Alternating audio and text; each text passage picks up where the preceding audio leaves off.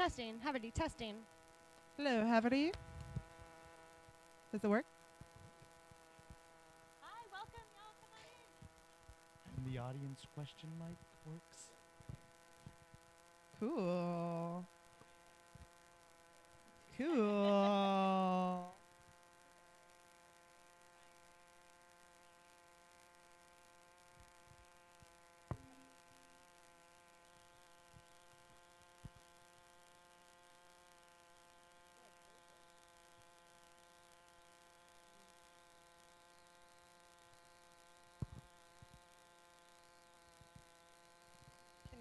Are we ready, Haverty?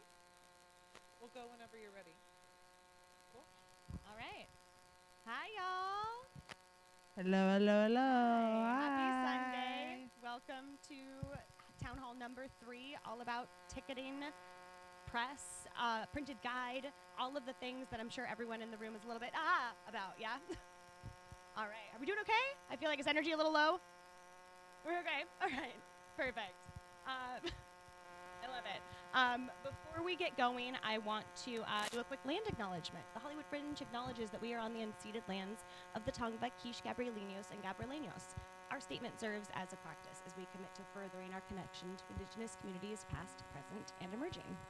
All right, with that, we'll get started. I'm Lois, the co-director at Hollywood Fringe. If we haven't met before, my pronouns are she, her, a visual description. I'm a white woman with mid-length dark brown hair, currently wearing a all-black ensemble and a red flannel. That's what these are called. Thank you. Hi, I'm Ellen. I'm the other co-director. My pronouns are she, they. I'm a white woman with brown hair and I'm wearing a very burnt orange jumpsuit and white boots. Very fall today. I know. I didn't do laundry, and so I'm more fancy than I wanted to be. And on that note, welcome to Town Hall number 3.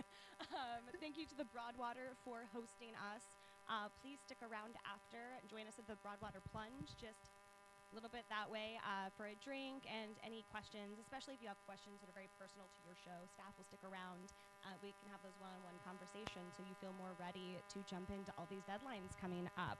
Come hang out with us. Yes. We are recording, so thank you to everyone watching from home or watching later. Remember, all of our town halls and workshops are recorded for viewing later because we understand everyone has busy schedules, jobs, lives, like social lives. Like people do things, and you're allowed to miss one and come and watch it later. So check it out at Hollywood Fringe on YouTube. For anyone watching at home, Trevor, our production manager, is on the chat, so feel free to get involved there, ask questions, and we'll make sure those questions get into this room.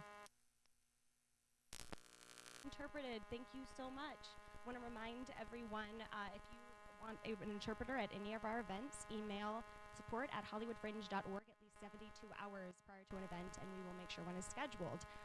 Interpreters will be at all of our in-person town halls and big events like opening and awards this year. Today's agenda, we go through a lot of information at these, so I'm just gonna, everyone deep breath real quick. Because we're going to we're going to word vomit information at you, but no, I know, I saw those eyes, it's intense, but that's why there's splash zone, don't worry. But all of this information is not only available on the website, but there's resources for you to get the links and all of the information coming in. So don't panic if this just seems like all too much. We have plenty of ways to get this information.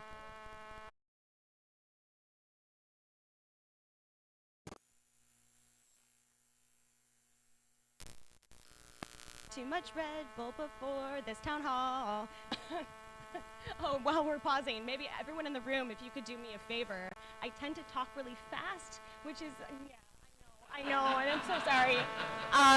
We all have things we're working on, but I'm gonna ask for your help. If I start to speed demon through, please just wave your hands, grab my attention. Yeah, and I'm gonna do my best to slow down so that nobody hurts themselves trying to interpret for me. So please, yes, be my buddy and help me be accountable for my speed. All right. Do we need a longer pause already? Should we practice? What are we gonna do? Oh, so good!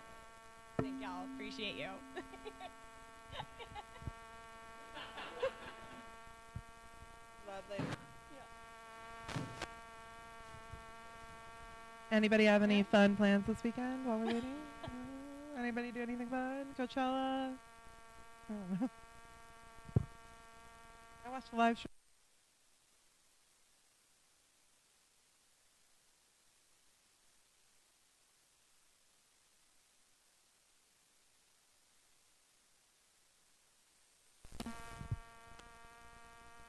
Are we still online?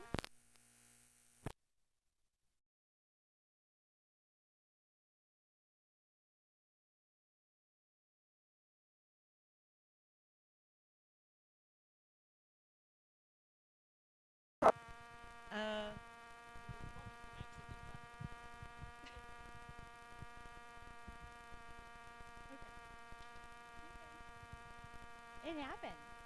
Oh, perfect. All right. Cool. Back to it. Thank you, everyone. So today's agenda, what we're going to go over is upcoming dates and deadlines and events. Like we start out every workshop, we're going to go over the printed guide and the proof and all of the many things you need to have on your radar over the coming weeks, because I know that's on everyone's brain right now. We're also going to go over marketing and press and ticketing, because what happens on May 1st?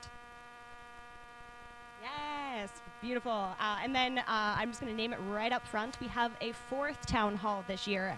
And at that 4th town hall, so not today, is when we are going to talk industry program and awards. So we're going to leave that. It's off the table. And I promise when it comes up at town hall number 4, it'll be plenty of time for you to absorb the information when it's appropriate. So just know that that is coming at the next town hall. Okay, so what's coming up? Workshops and town halls. Like I said it before, but come to as many of these as possible, y'all. These are set up and have 14 years of practice to make sure you're getting all of the information to help you succeed. And each one of these is important in different ways. Tomorrow, we have an event coming up, the web sessions number 2, all about ticketing, ads, and guide proofs. Basically, everything we're going to talk about today is going to be shown to you on like digital form in the web session. So our brilliant Ellen will hop on a Zoom with everyone in the room and kind of show you the website and kind of give you the visual of all the things we're talking about. So if technology is something that makes you a little anxious, highly, highly, highly recommend you come to tomorrow's session. That's going to be from 7 to 8 p.m. on Zoom. And then Saturday, on April 27th, we have workshop number 7, Festival Expectations. It's going to be at the Zephyr and, of course, live streamed and recorded. That's going to be a great workshop to really kind of get a sense of what June is going to look like and get to know that from panelists who have done it before and rather successfully. We have some great panelists lined up, so make sure you attend. And then finally, on May 9th, from 7 to 9 p.m. at Jack's Theater, we have our Town Hall number 4. And that's when we're going to go over all things awards, industry, basically all of those things that are built to help bring your show to the next level. So that'll be on our next Town Hall. Coming up also is office hours. How many people have come to office hours? Yes, I love it. Yo, office hours is one of our favorites, if not most favorite thing. It is the chance to come together in community and start to build your Fringe network.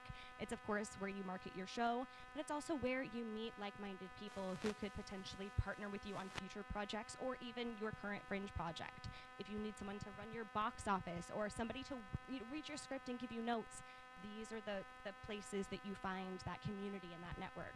Imagine it as like your accountability space, right? So like everybody is in the same place of the journey at the same time, which means that you're all going to have the same questions at the same time and give each other ideas and not waste that time throughout the week thinking, am I doing this like how everybody else would? Like you can literally ask people and then literally be able to make decisions with other people and be able to promote your show with other people and build upon their audiences. It's a great way if you don't have a huge audience in LA to really get involved. Yeah, absolutely. That's why you do Fringe, right? Of course, it's a platform to produce your work, but I'm guessing most people are here to join the greater community, and the office hours is really how you're going to find that. So those are every Wednesday night now until, through the festival this year, actually, but they're at different bars all around Hollywood from 7 to 10 p.m. on Wednesdays. Find the full schedule at hollywoodfringe.org/events. All right, so come to those. If you take anything away from today, because even if you miss anything here, you'll have buddies to ask at those office hours, or staff will be there to answer questions. Okay, participant resources.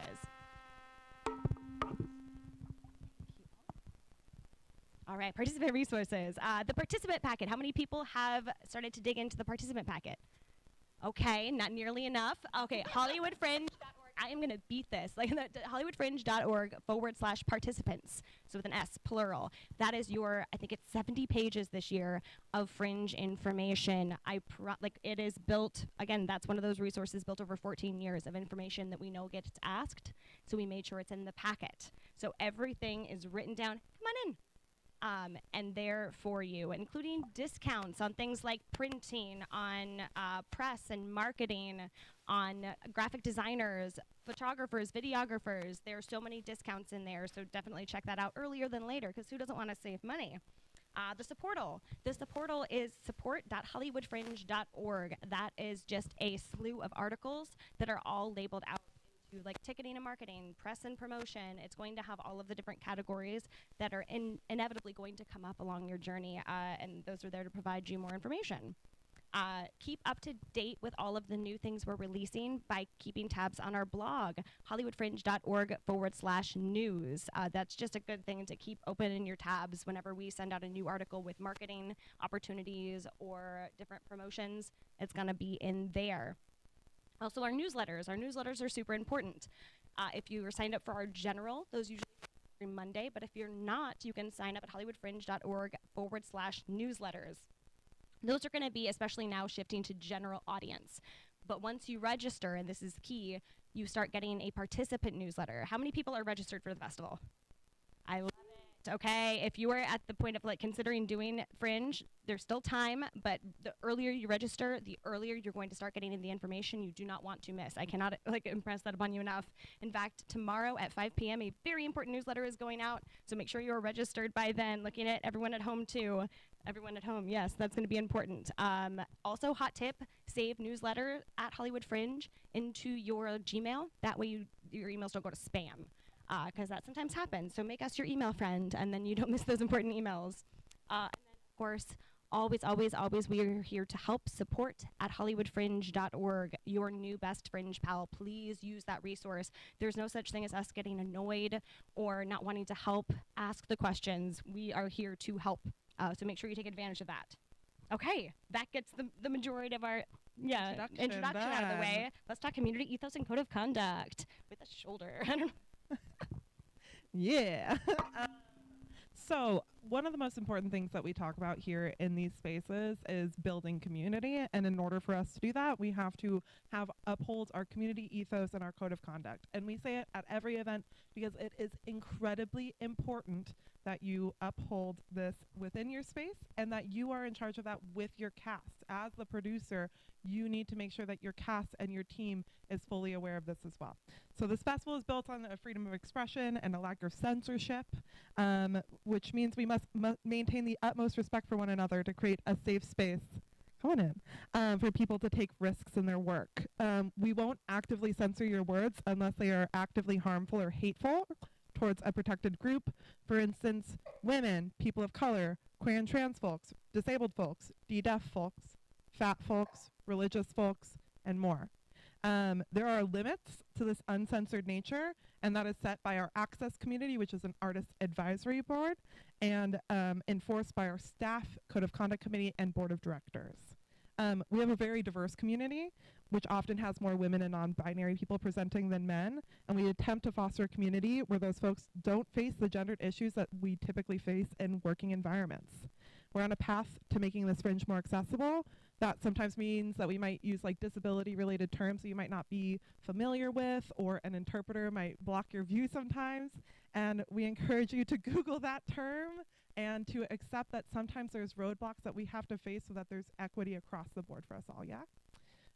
We are also a space that is committed to anti-racism, not only through our words, but through our actions. And in many environments, people face microaggressions and racism on a daily basis. At Fringe, we actively work to keep these behaviors out of our spaces. We're radically aware that these things do happen and try to engage with folks in conflict resolutions when they do. We're fiercely protective of this community ethos and reserve the right to ask anybody to leave or take a break at any time. This isn't to scare you, but actually to encourage you to take this path with us, to make sure that your cast and crew are acting in accordance, and so that we can continue to make this like interesting work. It's really, really interesting work comes out of safe and brave spaces where people feel like they can push boundaries, and you cannot push boundaries if you're pushing them too far out of the box. Yeah, 100%. And we keep saying it, but Ellen and I are mama bears about this space because everyone here deserves that safe space to create art that is going to fucking change the world. And so we are going to be fiercely protective over the space because that's what everyone deserves. So with that, that is our ethos. And we have a code of conduct that lays it out pretty clearly where those boundaries are because that helps everyone, right? If we know where the boundaries are, we can stay within them. So the following are not allowed in our community: microaggressions, verbal and physical intimidation, hate speech and harassment, sexual harassment and assault, excessive consumption of alcohol and other legal substances, aggressive behavior, disrespectful behavior.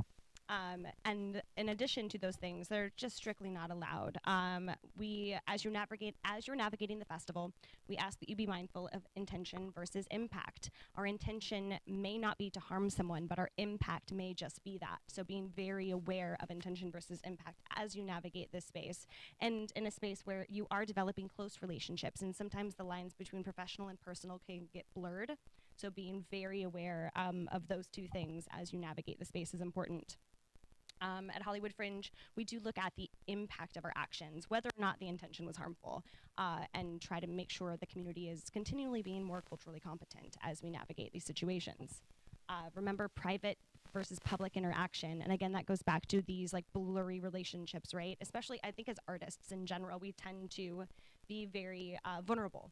And that allows for us to have close relationships with our fellow artists. And we ask that you remember, and as you develop really close friendships, that you still remember these are public and professional spaces. So remember what might be okay in a private setting may not be okay in a public setting, and places like office hours or fringe events or outside of your venue are a public setting. Just because you're saying this to a friend who gets the inside joke doesn't mean the person who is within earshot isn't going to take that in a different way. So making sure that you're very aware of your surroundings, because at the end of the day, this is a professional space. We ask that if you make a mistake, bravely take responsibility for it. Like Ellen said, we really are about working through problems because we want everyone to have room for growth. But it really is a lot easier when you take responsibility for an action and the result of that action.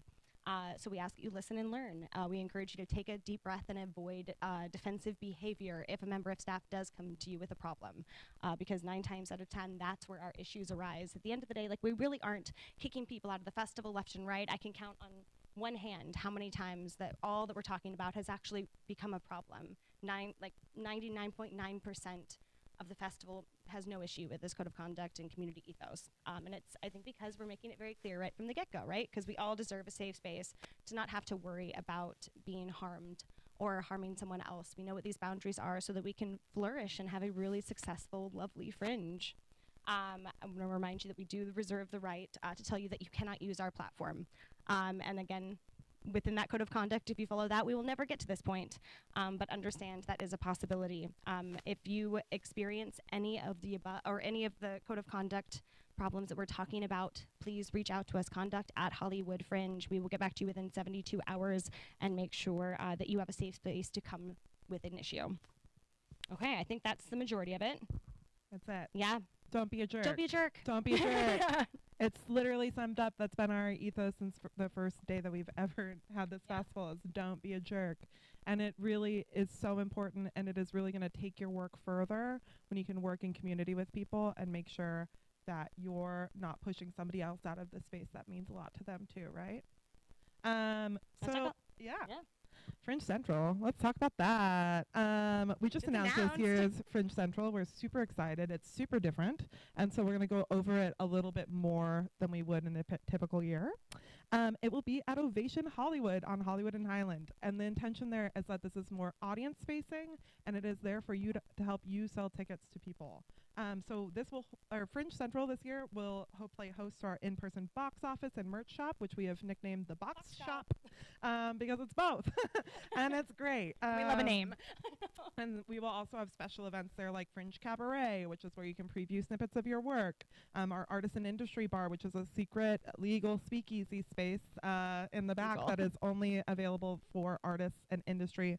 So you can take those meetings. You can be in those comfortable spaces, because what we really want want is for you to be having meetings, be taking a vested interest in making your work go further. And then even just having a space away from the chaos, right? Like when you're marketing your show, you're interfacing with the audience, it is okay to be tired and want to break from that, so that Artist Bar can also serve as that space to just be around other artists who are feeling all of the same feelings you are. We'll also have our Discover Fringe industry events, mixers, we'll have office hours, and so much more. May 15th is going to be our first day in the space, because guess what? That's an office hours, which means that it'll be your first time to come and play. We'll be open starting that day, Wednesday through Sunday. Wednesdays, Thursdays, and Fridays will be open 5 p.m. to 10 p.m., and Saturdays and Sundays will be open 2 p.m. to 10 p.m. We will be talking so much more about this throughout this town hall, so we'll keep referring back to it, but we're very, very excited to welcome you all into this space, and it's exciting. Your Fringe button. Okay, so we just talked about this artist and industry bar. You have to have an artist or industry button. So your artist or industry badge. So your industry badge or your artist button will get you into that bar. But what is a button in general? We should have brought examples. What were we thinking? Yeah, I don't know. I'm like pointing here because that's why I put it on my shirt. But that's true. It's your community badge. It shows people I'm a Fringer. So there's two type of physical buttons. Your participant button, which one is included with your registration. Your account has already been comped if you've registered.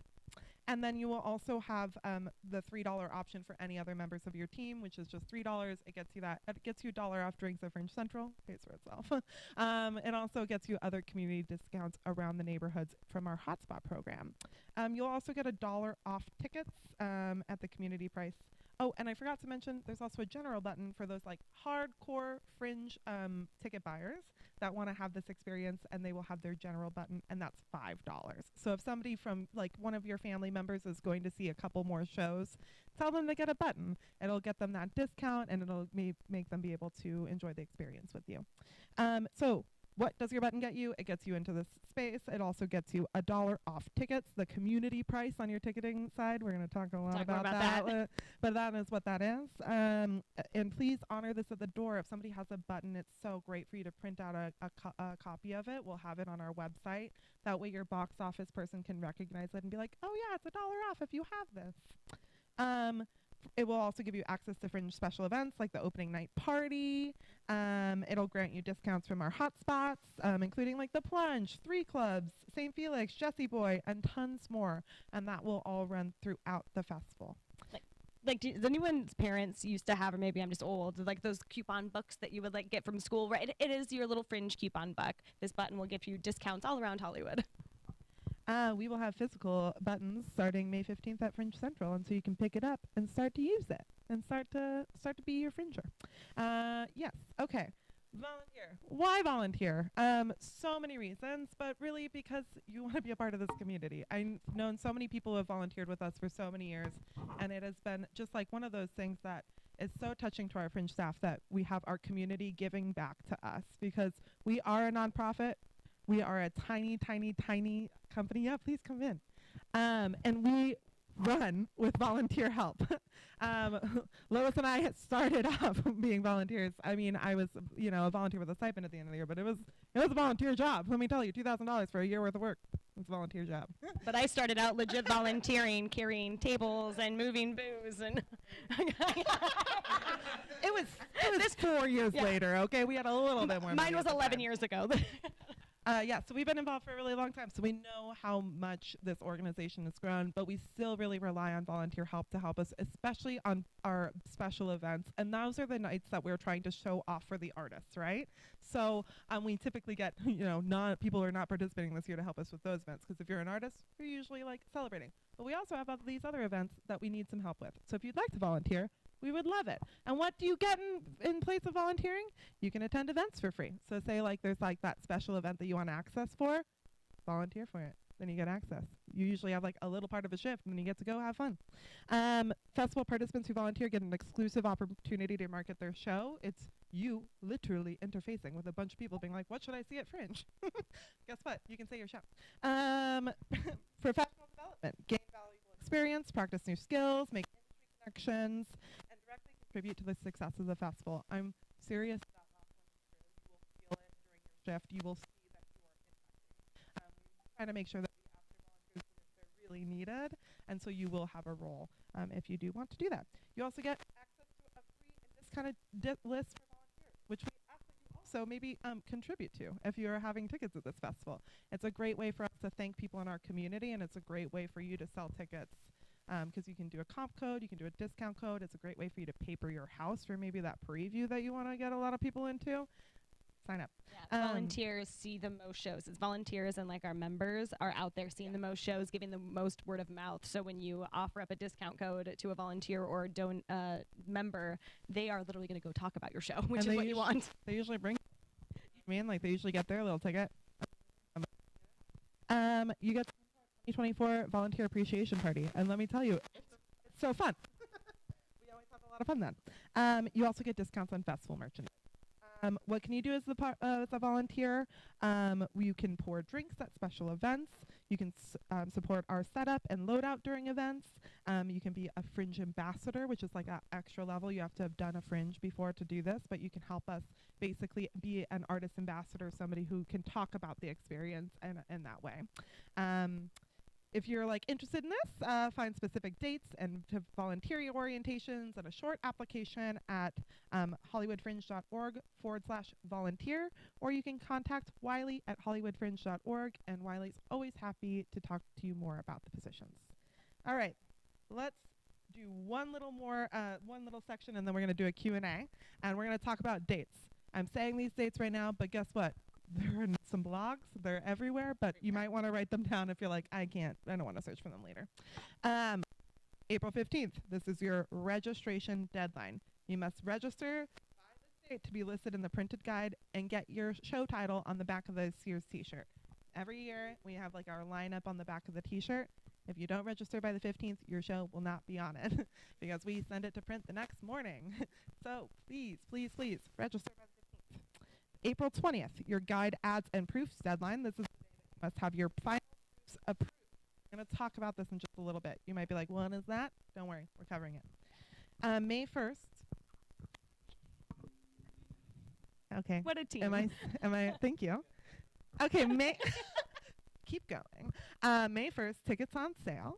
June 4th to the 11th, previews. June 12th, opening night party at LGBT Center. We're all going to be there. Nobody's having shows that night. That's not right. June 6th through the 11th. It is June 6th through the 11th. June 12th. Yeah, I just read that. It's June 6th. I wrote it down. It's my fault. It's June 6th through the 11th. It's previews. Yep, nailed it. Yes, the rest of the dates are right, though. Thank God. June 13th through the 30th, that is our actual festival dates. That's so like your preview performance, it is the same thing. People are always like, is it very different? No, but it is a chance for you to be like, that was previews. It's a chance for you to be able to add in that extra performance, get word of mouth, get press. It's really just as important as those festival dates for a lot of people. But some people can't do it, and that's fine too. 13th through the 30th, you got your performances going. And then Monday, July 1st, this year is our award ceremony. It's on a Monday. Whew. That means that every show will have a break before coming to the ceremony. Shall we do some photo mom over there? Love it. Q&A? Q&A? Huh? Yeah, any questions? I'll run around with a mic.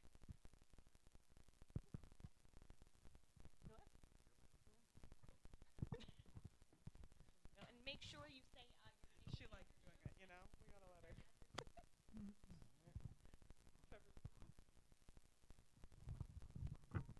Hi, my name is Abel. Hello, everyone. My show is Kosher Salt.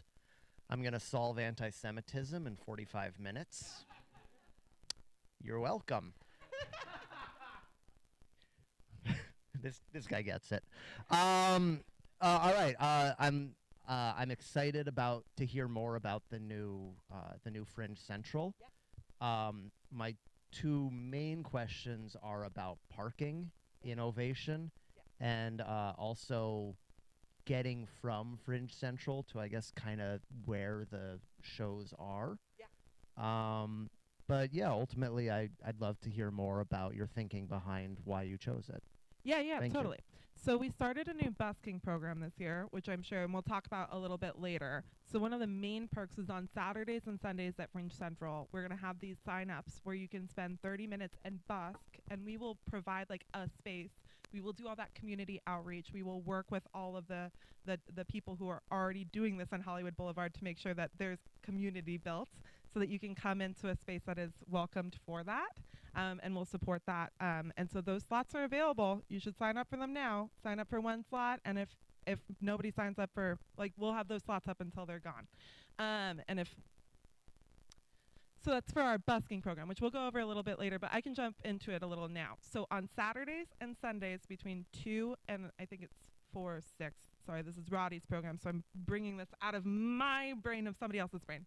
But it will be 30-minute slots, and it will be a space where you can sign up to busk or perform on the street and be able to advertise your show. And we will support that.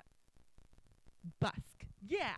So yeah, artist busking is when it's street performance, and so what it is, it's really helpful for shows that have that kind of like interactive moment, but it's also helpful if you're a musical, play some songs from it. It doesn't have to be your exact show. It can also be like, I'm a stand-up and I wrote this show. Here's some jokes I'm going to do on Hollywood Boulevard. Like, it can be really...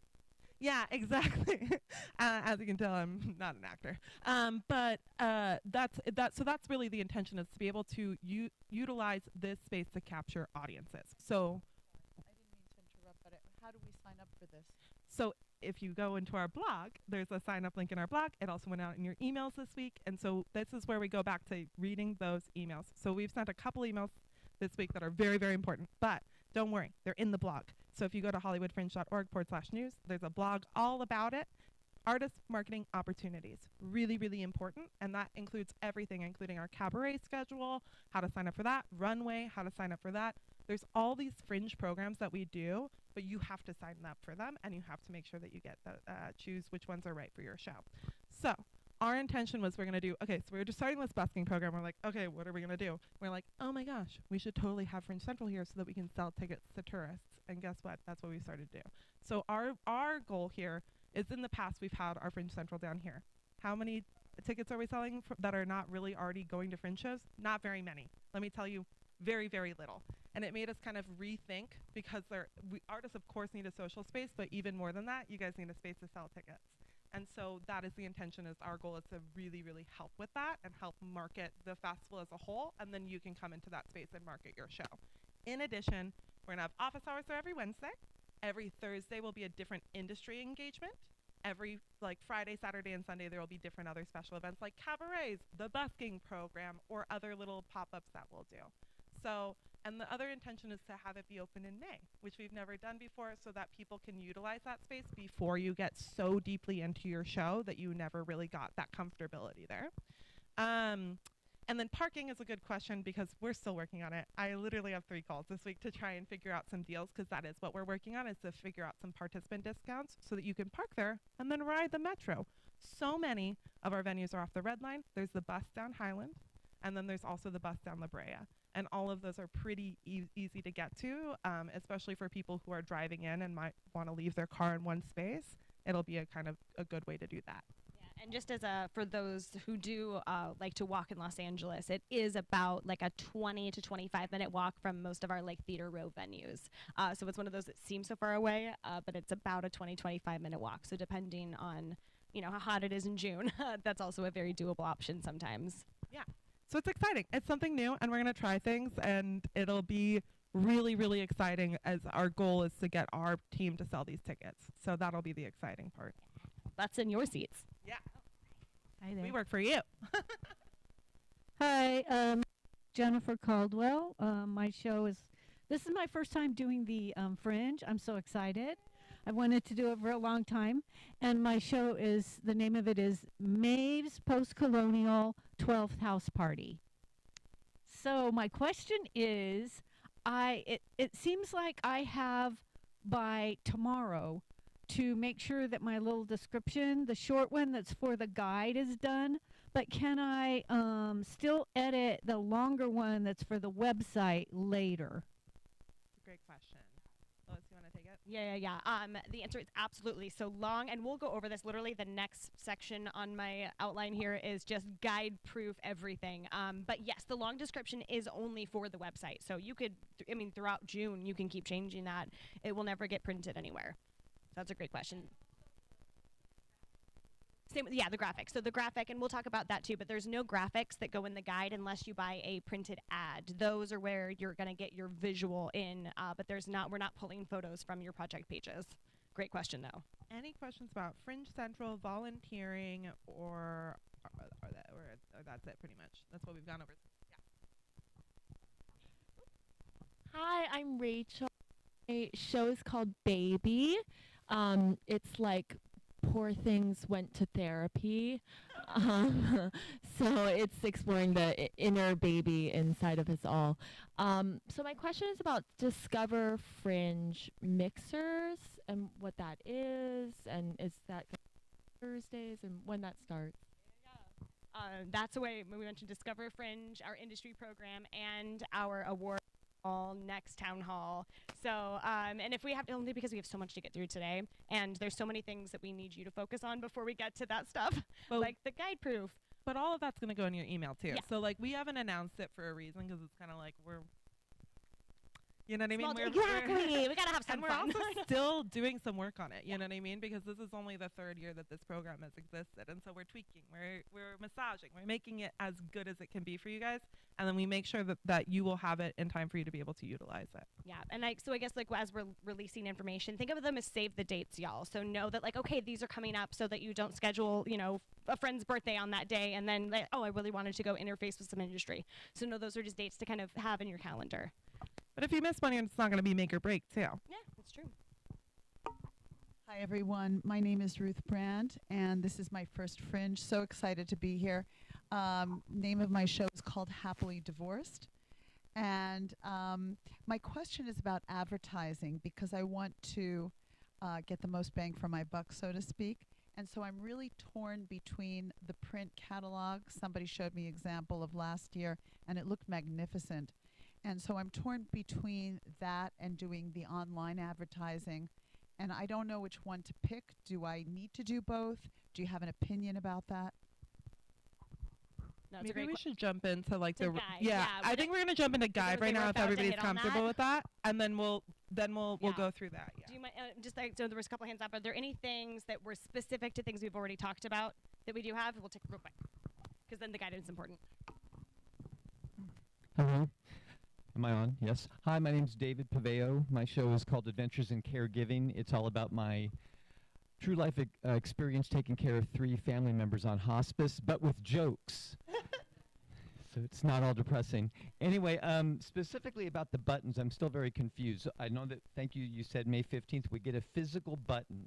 So to use that button, say we look in our guide and we see a show that we've never even met the person at an office hours. Their show is interesting. We go to the box office, we get $1 off. Yeah, and you'll also get a digital button when you purchase your button, and so like there's gonna be a digital button you can show if you're like I lost it or something. But yeah, you'll have that physical one as well. Oh, what if we, like my show is going to be ticket $15, but the only discount I think that I want to give are other Fringe participants. So I would use a code on my site, and then they still get $1 off if they show their button? I think let's go through our ticketing site. Let's save ticketing and these questions we're about to go It's through, all and right it's going to make a connected. lot more sense after we go through it. So I think let's wrap up and go through the Yeah. rest of our presentation. Yeah, Yeah. we'll do. Yeah, because with ticketing, Otherwise, it's hard to explain. it is right. We're in the fun. We had to separate all these town halls, y'all. But yeah, I promise the button is so intertwined with ticketing. You won't, and then if you have that question still, though, make sure you bring it up. Okay, printed guide. Are we ready? Deep breath. Is that for you or them? It's for me, or are we kidding? I'm the one who's looking at the proof of the printed guide. Okay, so printed guide. Y'all, this is the first big deadline we have coming up. And the deep breath was for everyone because I want to let you know we plan these deadlines with wiggle room. So so tomorrow is our deadline for registration. That means if you are registered by 11:59 tomorrow, you're going to be okay. The next big thing that we're really going to need, though, is that venue. So how many people in the room are still looking for venues? Hot damn. Okay. Well done, everyone. And that's okay. So the good news, and I'm going to name this up front because we're going to give you deadlines that are like, you need to have the proof done by April 20th. In an ideal world, yes, you really do. And if you are able to, we would really like you to do that. That way we're not rushing and missing things at the end. But I can make a promise here in this room, if you have a venue booked, If you have looked over your listing by May 3rd, as long as I have all of your information, you will make it into the guide. That said, you will be having to communicate more. You're going to have to fill out forms. It's not going to be easy. I just wanted to name so anyone who's in a full-blown panic thinking they have to book a venue tomorrow, you have a minute. But no, it is going to be more difficult, but it is absolutely doable. So that being said, yeah, so it's not like you can change it on the website and we're like, great, it translates to the guide. You're going to have processes to be able to get it changed, and it will be more difficult. So please, please, please don't go through that, because it means more staff time, and when we're dealing with that, we don't get to deal on the things that actually make your show really successful. Yeah. So I just wanted to give that preface right out the gate. That way everyone knows we have time to make sure, because we want everyone to get in the printed guide. That is our goal.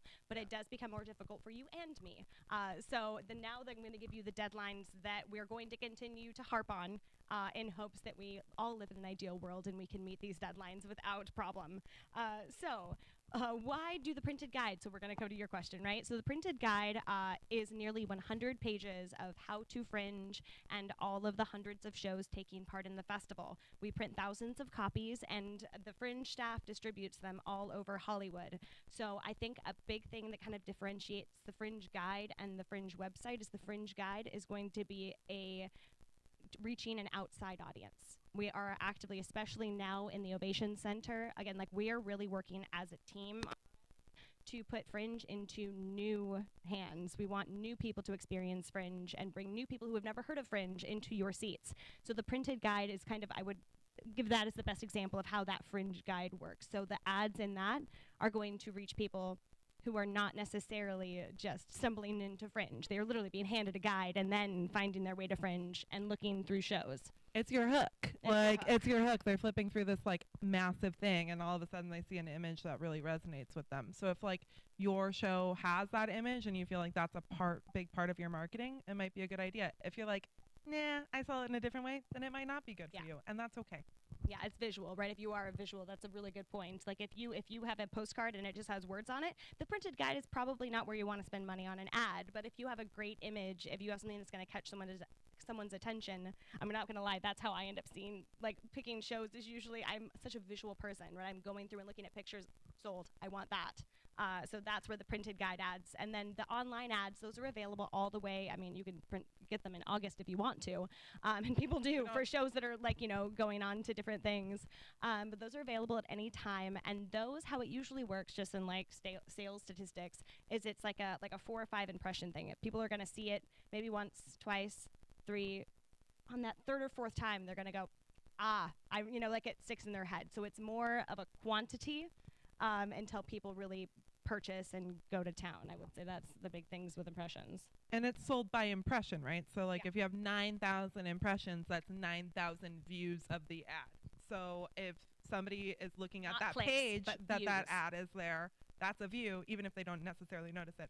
But if they refresh that page twice and they see it both those times, they're going to be like, oh, I see that show, Yeah.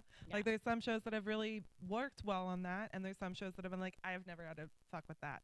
And that's the point of Fringe, is that there's these options, and it's you deciding for your show how you want to spend your money and how you want to do things. Are you an on the boots kind of person where you're like, I'm just going to go sell tickets by talking to people? Because you know what? There's some people who I see it every year, that can sell tickets by talking to people. And there's some people that are like, I sell tickets through this kind of bigger branding scheme.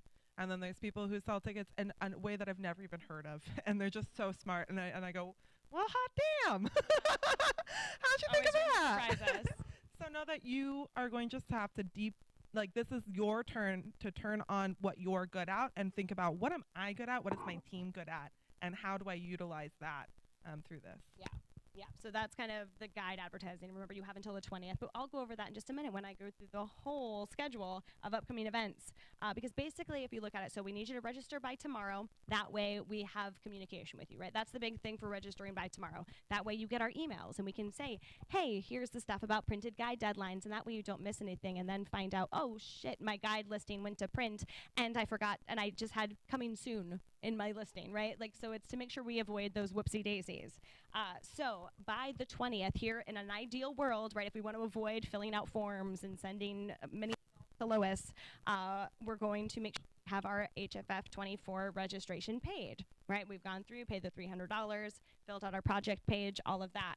We're also, again, in an ideal world, going to have booked a venue, and your venue will be working on scheduling your show if they haven't already. And then additionally, you need to accept your deal on your project page. So how many people have gotten an email from their venue at the Hollywood Fringe side? It was like, hey, you have a deal pending, accept your deal. Great, fantastic. That is a key piece of making sure it goes into the print, because like the way it all works, y'all, is it's checks and balances. The venue is going to send over your schedule through the Fringe website. And then because we're all humans make mistakes, you then get a chance to go, is this the schedule I agreed to in the contract when I first talked to my venue? And then by the time it goes, okay, yes, I accept the deal, it's right. And then everyone can sleep at night. So keep an eye out. It's important, right? Yes, especially we're all stressed and tired, and it's the time to have double checks and making, hey, buddy, I'm really tired. Can you double check my short description so that I don't spell anything wrong? We do that all the time. We capacity point where it's like, I should not be signing this contract before somebody else looks at it. And you should think about that. Who's that person in your life? Like, Yeah. it's going to be that. It can sometimes be a friend. It can sometimes be a co-producing partner. It can sometimes be another artist in this festival that you're like, I need someone, and they're there for you. So start to utilize those people. Yes. So again, those are the things in an ideal world we have taken place by April 20th. Yes? Yes. Okay. So nope, I just skipped pages. Okay. Guide So let's proof. talk about, let's talk about guide proof, what that looks like. So on April 20th, we want you to have looked over, and this is like in prep for us to send you a proof, right? So when we keep saying April 20th proof, and we're going to send another email tomorrow because we like to send reminders, but you're going to want to make sure that you're checking your title. Right, because that's the thing on the 16th. It does go to print earlier than anything, because somehow it takes longer to print on T-shirts than on paper. I don't know, but that's the timeline we've been given. So we're double checking our title. We're double checking the company name. And that could be, if you don't have a company, that's fine. Y'all make one up and then start to brand yourself and your theater company. Or it can be your name, your writer's name, your producer's name. That is totally up to you. There's no rules there. No one's going to audit check your company.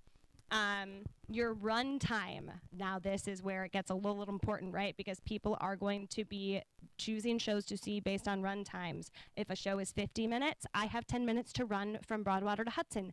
Fantastic. Oh, that show is now 59 minutes and it didn't get changed. Now an audience member is mad. Possibly you lose a good review, a vote, a future audience member.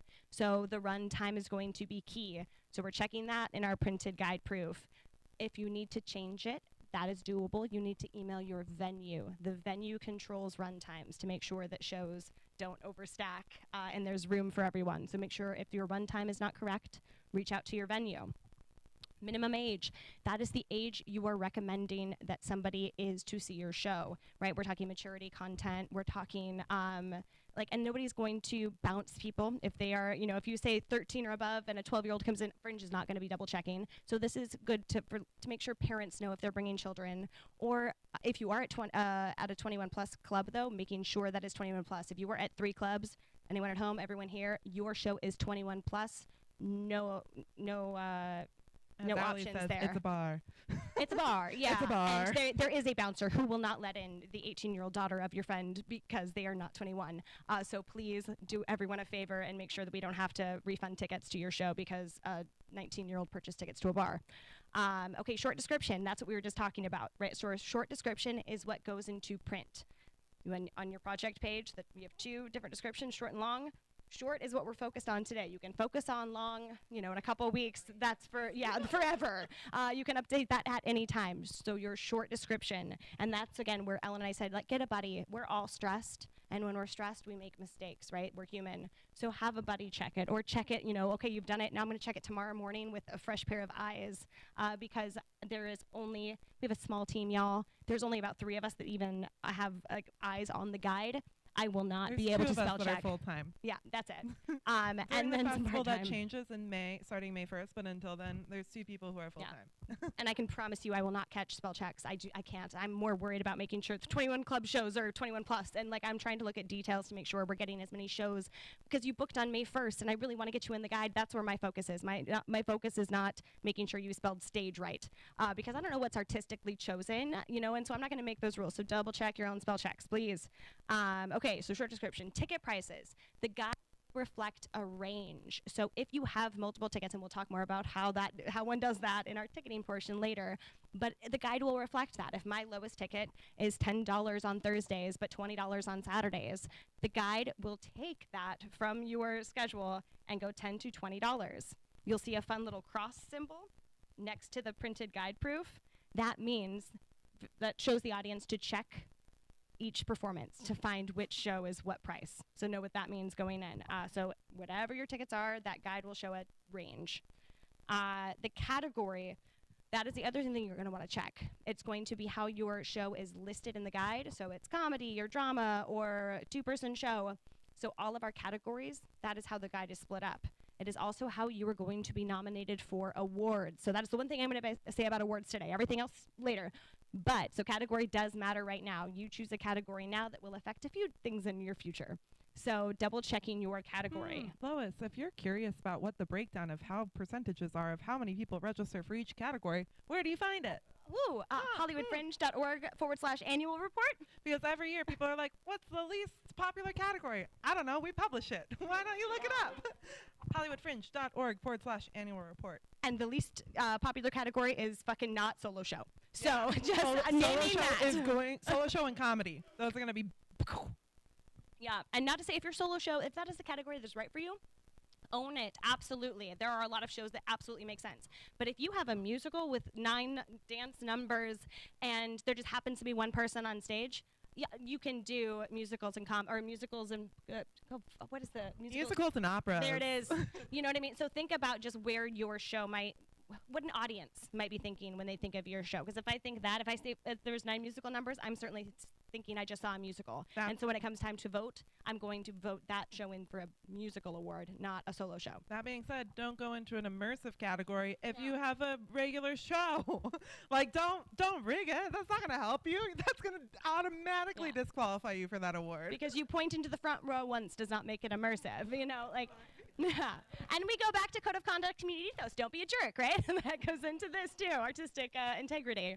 Okay, so those are all of the, and schedule. So yeah, category, and then y'all schedule. That is, again, you're gonna wanna double check that and know venues are working tirelessly. I wanna give everyone a deep breath if you're worried. I know I'm communicating with the venues just as much as we're communicating with you on participant newsletters. Know that I am in touch with every venue, making sure that we are all working together to make sure all of your shows make it into the guide. So if you've booked a venue but you haven't seen a schedule yet, it is okay. We're all working together to get everyone in, because that's what we want, a big happy family of shows in the printed guide. But always double check your schedule, because the more eyes we have, some venues have hundreds of shows. You want to make sure that you are also taking ownership for your show and double checking your schedule. Okay, so what is the easiest way to do this? And this will all go out in a newsletter tomorrow as well. But click on Guide Proof in your admin tab. All of that is going to be, and that's what we mean. So go to the Guide Proof tab in your admin, and a little adorable proof of your listing will show up on the computer screen, and you can see visually exactly what it's going to look like in the printed guide. And then from there, you can even click on all of those individual items that we just went through and change them right in that one sheet. So save yourself the time of hunting through the website and trying to find the individual edits. Just go to that guide proof, and then once you're happy, you're like, okay, I've looked at everything. I'm so confident that this is perfect. I'm never going to make it any better. Just don't touch it. That's the rule, right? So you're not going to need to approve anything. I don't need a signed letter of consent to post your listing. What I just need is you to leave it alone. And then once it's all set to go, we are happy. And then again, this is the time you triple check it, because if you want to make a change later, it's a lot tougher on all of us. Okay, so how will we send guide proofs, right? So we've locked our listing. We're so happy with it. We're not touching it. It's all going to stay the same. On April 22nd, we are going to send out a really not so pretty unformatted document that has all of your listings pulled together in a very long sheet. I recommend Control F, isn't that search? Yeah, Control F-ing this thing. Don't just go, unless you want to, by all means, happy bath time reading. But Control F this document and look for your list. I've officially lost it, haven't I? That's where we're at. I recommend not checking it in a bathtub, but yes. I do know that Lois likes a working bath. I do like a working bath. She has branded it the working bath. Yes, we are best friends. Okay. But so, so on the 22nd, Great. we're going to send out that document. Yes. Yes, after the bath. Yes, I'm so sorry. Okay, we're just going to start out with, we're going to send you an email on April 22nd with a document that you should read and find your listing. That is the document that we will then format into, you know, all of the pretty pages. But that is when you look at it one last time, and on the 22nd, if you're like, hot damn, nailed it, just don't do anything, and you're going to be set, and that's going to be great. If you're like, hot damn, I missed something, we will have a form in that newsletter where you can submit a change. At that time, you will need to both fill out the form and say what you're changing and change it in your listing. And then I will re-pull your listing. The whole point, just so like to give you some reasoning, because I think I always remember things when I know why. We don't ever want to re-pull the entire thing, because then we might miss another listing that we've already proofed by somebody. So we're pulling individuals, which is why when you submit a change after the 22nd, that takes a little bit longer and it's a little bit more difficult. And then we have less time to market your show. Yeah. Like, think about it that way. So, like, try and do this early so that we, as a staff, can do our jobs. Yes. Which is really going to be making sure that there's audiences in your seats. Yes. So the idea, so on April 22nd, keep your eyes on your newsletter and give those sheets of proof. You'll have basically 3 days. If I don't hear from you, that means your listing is locked. And then after that, that's where the form comes in. Really, until May 3rd, you are good to go. On May 3rd is when I'm going to stop accepting new things, because on May 6th, that is when I send a formatted version to everyone. So you get that one last look, and that's to make sure we didn't fuck up, to make sure that as we were formatting the guide, I say royal we as if I'm touching that guide in that way. The designer is going to do it. The designer is going to make it so beautiful. But we're sending you that formatted version on May 6th, and that's to make sure we didn't lose anything in formatting. So that's it's locked unless you can point out something we've messed up. Maybe, oh my God, we forgot your listing because it was at the tail end of, you know, the page that we were formatting. So that's your last check to make sure we didn't mess it up.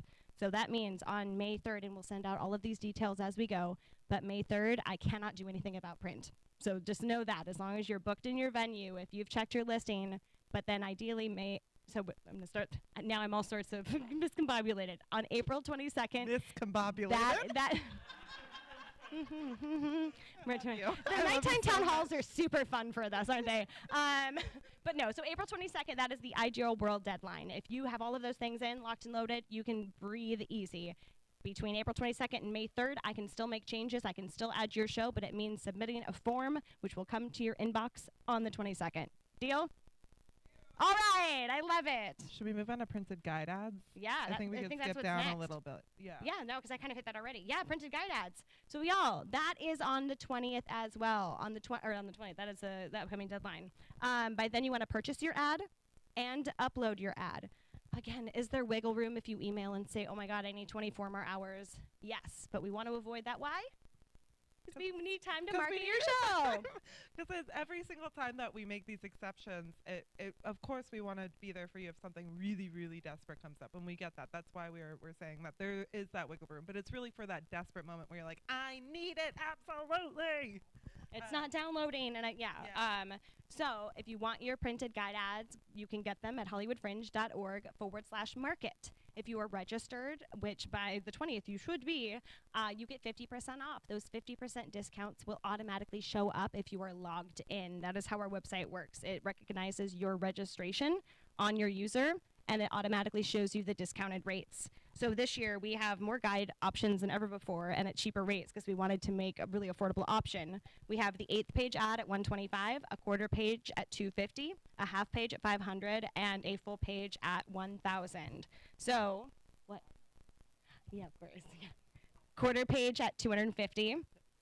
Yeah, a half page ad at $500, and a full page ad at $1,000. Yeah, of course. And you can get all of those. Yeah. April 20th. Yes. Of course. April 20th, y'all. And by then you run on one of. Yeah, we're almost there. But hollywoodfringe.org/market to purchase your ad. hollywoodfringe.org/ads to get templates, specs. We try to make it really easy. There's both Photoshop and Canva templates.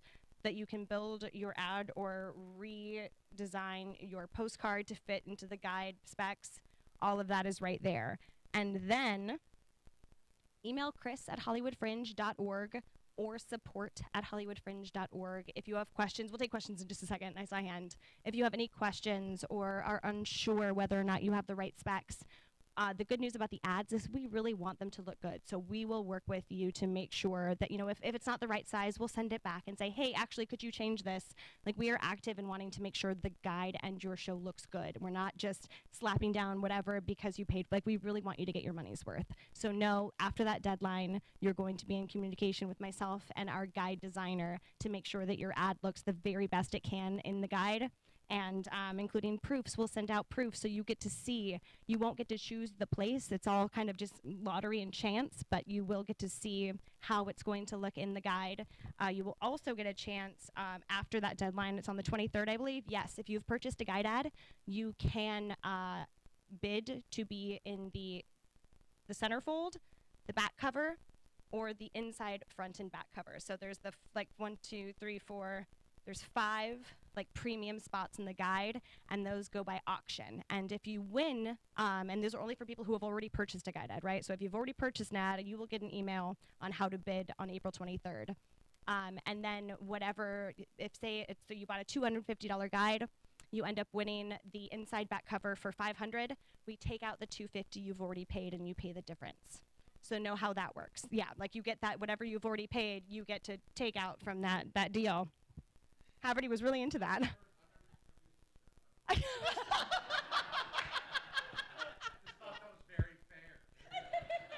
try. Thank you, Haverty. Perfect. Okay, that was it. And then remember, impressions, the digital guide ads can be purchased at any time. We're just talking print. Questions? Question? That weird. God, I really shouldn't have had that Red Bull before this town hall, y'all.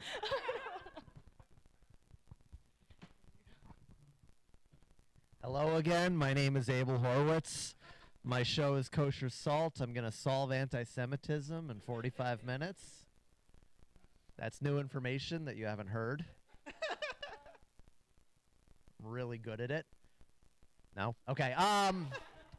Is the 50% off the prices that you just quoted? Okay. Yes. So they are double for any, because people like businesses and outside organizations do buy ads in our guide, so they are getting double the price that we just listed off. The quarter page is $250. The 50% is what I listed here. So our ad prices, just for one more, is 8th page at $125, and then if you're not an artist, it's $250. Quarter page ad for $250. If you're not an artist, it's $500. And so on and so on. It's a great question. Yes. Sorry, just to follow up. My name's Alex, first-year French person. Our show's a comedy called Shakespeare in Vegas. It's an ensemble. Yes, we have. Quick question. I guess what you're saying is there's a date in which those ad prices the discount will no longer be available. So if you don't get it until a certain date, you'll automatically lose the 50% off the ad. Is that correct? And what was that date? The print ads? Oh, so no, because you'll get the discount up until the print ads just don't exist anymore. At a certain point, the cutoff for print ads is merely because we have to get them ready for print. But the digital, technically, you're registered up until the end of June, and then you can't necessarily get a registered, because the impressions, the digital ads are also 50% off. So that your show is over, you're no longer getting a 50% discount on those. So I guess that led me to a different answer. Hi again, it's Baby by Rachel Troy. So my question about the printed ad, what would you recommend we put on it? Obviously title and name, but date, location, those logos, would that be... You don't have to put our logo on it. Okay. Because it's already going to be branded throughout the space. And so your postcard, which we've talked about in our marketing workshop, does need to have the Hollywood Fringe logo. So if you've made your postcard and you want to drop it off at Fringe Central so that it can be there for people, it needs the Fringe logo. Your ad doesn't need our logo. And some people will just put the image of their show and the title and then maybe like a little snippet of something. It can be really simple. You don't have to list everything inside of it, because remember, you also have your guide listing, and it might not be near your guide ad though. So sometimes people have said things, have like put their dates, but maybe, you know, or things like that. But it really depends on what you can fit within your design. And I think that for that, I would go and look at the ad spec sheet at hollywoodfringe.org/ads. And there's a lot of examples in there, and there's some templates and some things that can really kind of get your brain going. But don't feel like it has to be a copy and paste of your postcard, and in fact, it shouldn't be. It should be the image maybe, so that you can like have that synergy, whatever. I don't know. That's not the word that I was looking for. But yeah, that relationship between the images. Okay, perfect. Thank you. And it can, though. Other people have Yeah, done of just a course. postcard. But I will note with a smaller one, that 1/8, No like way. that, do not Do try not to do fit. that. Because then you're, yeah. But if it's a full page, of course you can fit Yeah. your dates there. Yeah. You know, so it also depends. I'm going to also note for QR codes, double check your QR codes if you're going to use it on your printed guide ad. It's a great idea, and people do it all the time. Yes. But also make sure you don't purchase one that runs out, where you have to pay so much a month or so much a week once you use a certain amount of the clicks. So yes, double check, because we've had that happen, and it just sucks because we don't want someone's QR code not to work. I saw a hand over here. QR code monkey, sponsor us.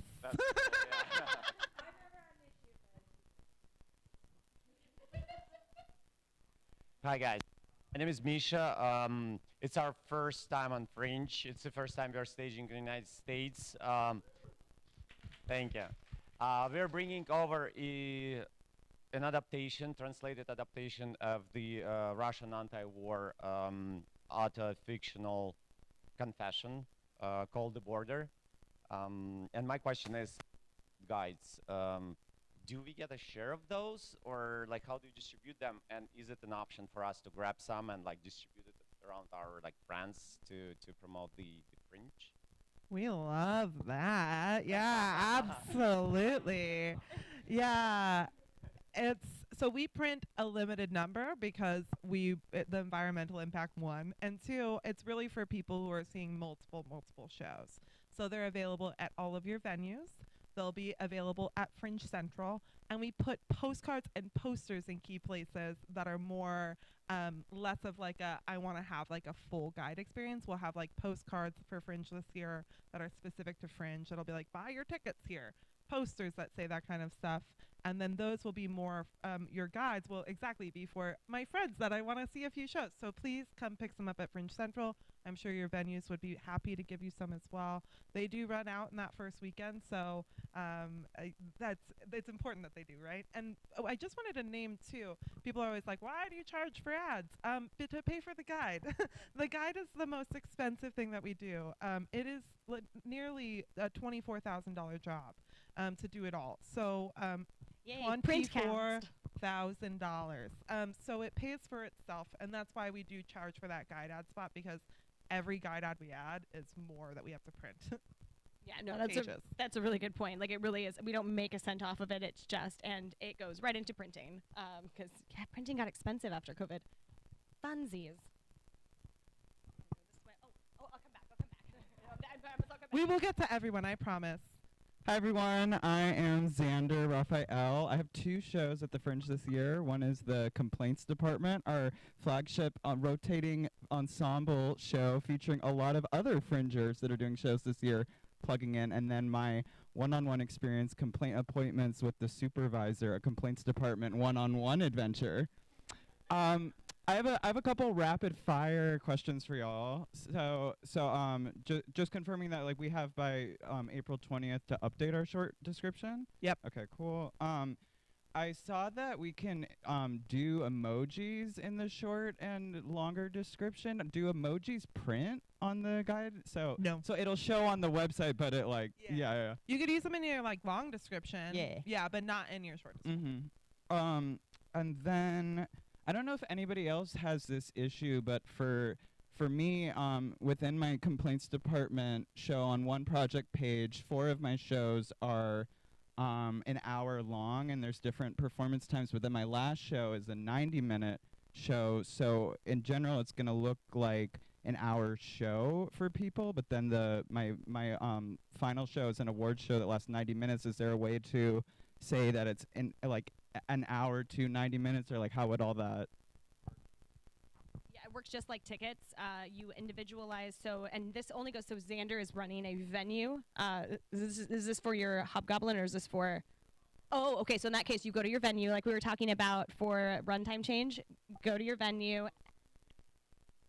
That one of the performances 90 minutes, though, right? But for that space. It's already listed there.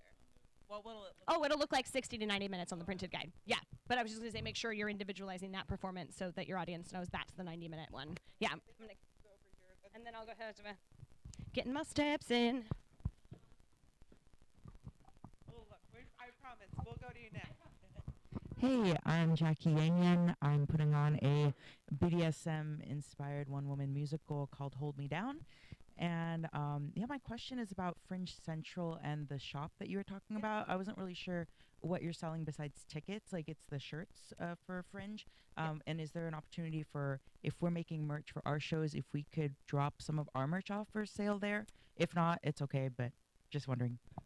We've never done that. That's a great idea. I think bring that up at the post Fringe Town Hall because I think that's a good idea. We can't implement that for next year because everything we implement, we have to implement for everyone. Yeah. And that means we need to do that. And I love that idea, though. So no. So the box shop right now for this year? No. Maybe in the future. TBD. But what we sell at the box shop is going to be, we have 2 t-shirts this year that we're selling, 2 different branded year t-shirts, one with all the show names on the back, one that's just a little more simple. We have like stickers, totes, little things, but really it's what we call our concierge, which is where we're talking to people and helping people navigate this massive festival. So our goal is really to sell some merch so we can pay for some stuff, but really more to sell tickets at that space, and that's just the more logical space to have our merch because of it. But our shirts are so cute this year, so They're so definitely come cute. to the box shop. Yeah. And I'm not usually a branded tea girl. Yeah. Yeah, it is cool. I guess I'm kind of confused because my first question was about the deadline for the short description being tomorrow, but it seems like it's actually the 20th. You have a little Right. flexibility there. So we always do that little early date so that you're like, I have to do it by the 15th. And then you can be like, I actually have till the 20th. Okay. And then there's an ad that's 50% off. So all of our ads for registered participants, digital and print, are 50% off automatically after you register. So those numbers that we were listing of the like 125, 250, those are with that discount in mind. Oh, okay. And so when is and then the digital ads can be anytime. Yep. And then I just had one other question because I bought a button. Yeah. And then I think you said that I get a button when I register. Which is great because then maybe your director or your producer, whoever else that's is a good working with idea. you, can give one to them. Yeah, I can do that. Yeah. Okay, great. And I get them both at the central. Yep. And then we'll start to have that starting at that office hours on the 15th will be your first day where you can pick up a button. So it'll be a fun time. You guys will see all the new stuff. You'll be coming in. You'll be like, oh my God, it looks so cool. Look at my button. I'm a participant. It'll be great. I will name if you do want to transfer your button because right you do all get comped buttons as the primary producer. So if you're the one who paid the money for your project, which you did, right? So you'll get a free button. Email support@hollywoodfringe.org and tell them if you do want to transfer the button. That way we can attach it to their account so that they get the discounts on tickets and things like that. So that is an option for anyone who just got really excited and purchased a button before they registered. We can happily transfer it. Or if you do want the refund, we would also provide that as well. Okay, I'm going to go here and then I'm going to make Hey, it's still Misha, still the border. Since Xander mentioned the show duration, so what we want to do if like our show runs for 40 minutes, and we want to do a Q&A after for 20 minutes, and we are booking it in our slots.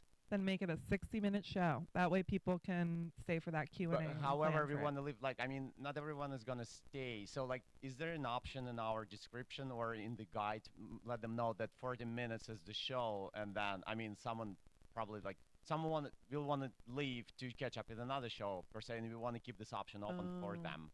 You know what I mean? Can we, like, put there like the show is 40 minutes and there's a Q&A. Totally. You can do whatever you want. It's how you want to Wow. market it. So think about it this way. The Fringe is a platform for you to market your work the way you want to market it.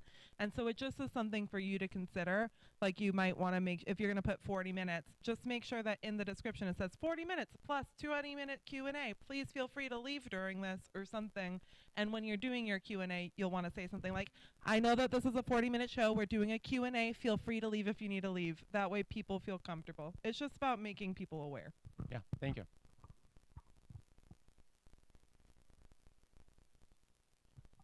Yeah, but if you bought a 60-minute slot for a 40 show. Shakespeare in Vegas again. Hello. For the online ads, I know that it's what did you call them? Impressions. So like I've probably seen Sam's ad maybe like 10 times already. What's up, girl? Sam. It's Sam. Sam Branding at work. So I've probably seen hers like 10 times, right? So what I want to know is if I'm logged into my Fringe thing, because believe it or not, I'm going on that website maybe 5 times a day while I'm finishing up all this stuff, and so is he. If you're logged in and you see your ad up there, you're not giving yourself an impression, right? Like you're not losing. It's not counted towards my. I'm not paying for my own, for me to see my own thing, right? Is it not? How dare you? Okay. I will technically yes, but it is rare. I mean, considering how many impressions you're getting, it's not like all like if you do 9,000 impressions, maybe 3 or 4 are going in your direction because I was gonna say nobody is on the website enough to like hit the majority of their impressions or anywhere close, but it's just the algorithm that would be a damn near impossible thing to. Yeah, so it is possible. Yeah, like you will see your ad. Also, watch the marketing workshops and town halls because you can use your ads strategically, right? Yeah. So if you want to turn it off, I know I'm going to be on the website a million times today. Turn off my impressions. You can turn those impressions on and off and kind of game the system a little bit. Yeah. Get those 3 or 4 impressions Yes. back. But yeah, so you can pause them and then restart them. Because like on May 1st, the website is going to be, crazy town. So like you have to think about 9,000 like impressions will go.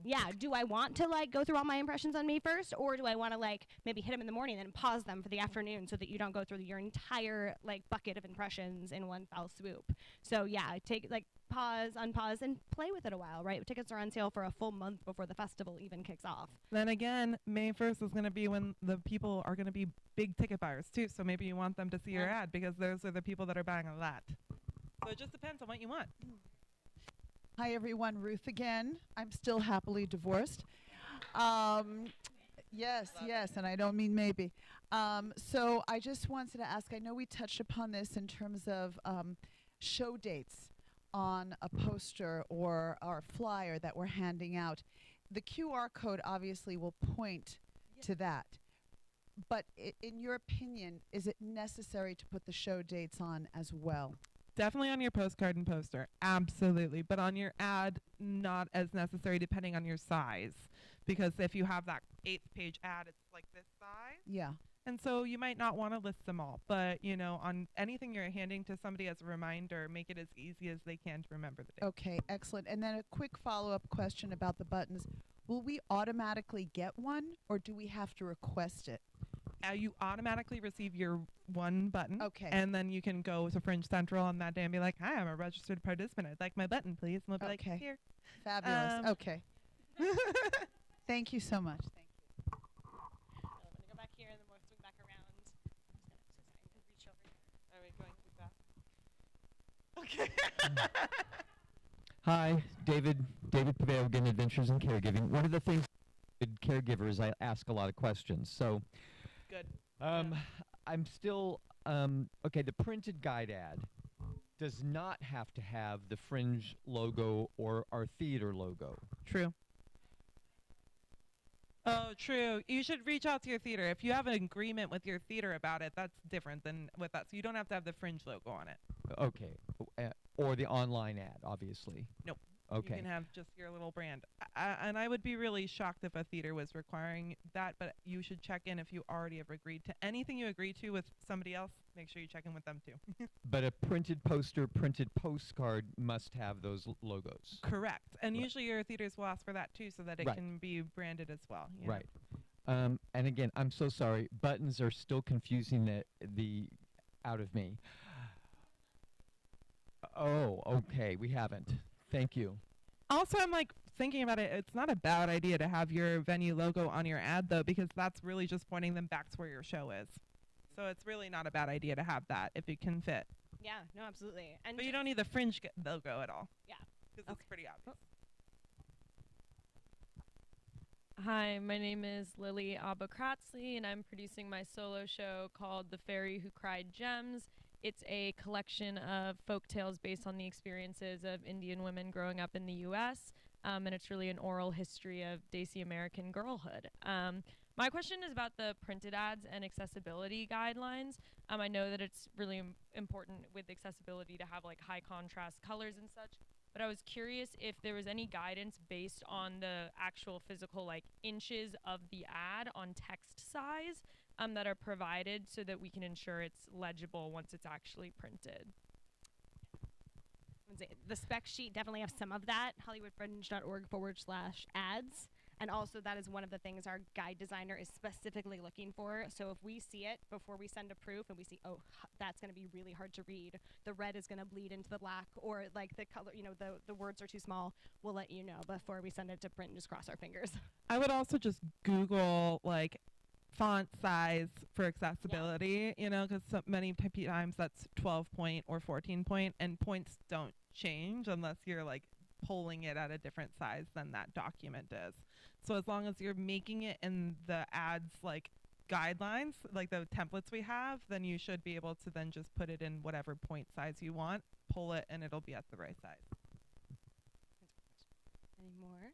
And then we're going to move over to ticketing. Everyone, Xander again. Yeah. Are there any analytics for the digital ads of like impression tracking, like in the annual report or anything of like prior to like May 1st, like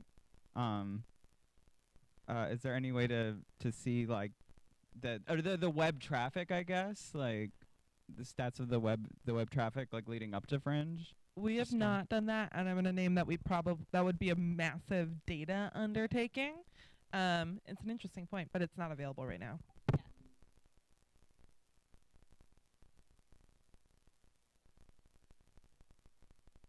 Oh, look at Stalk us. that. I like it.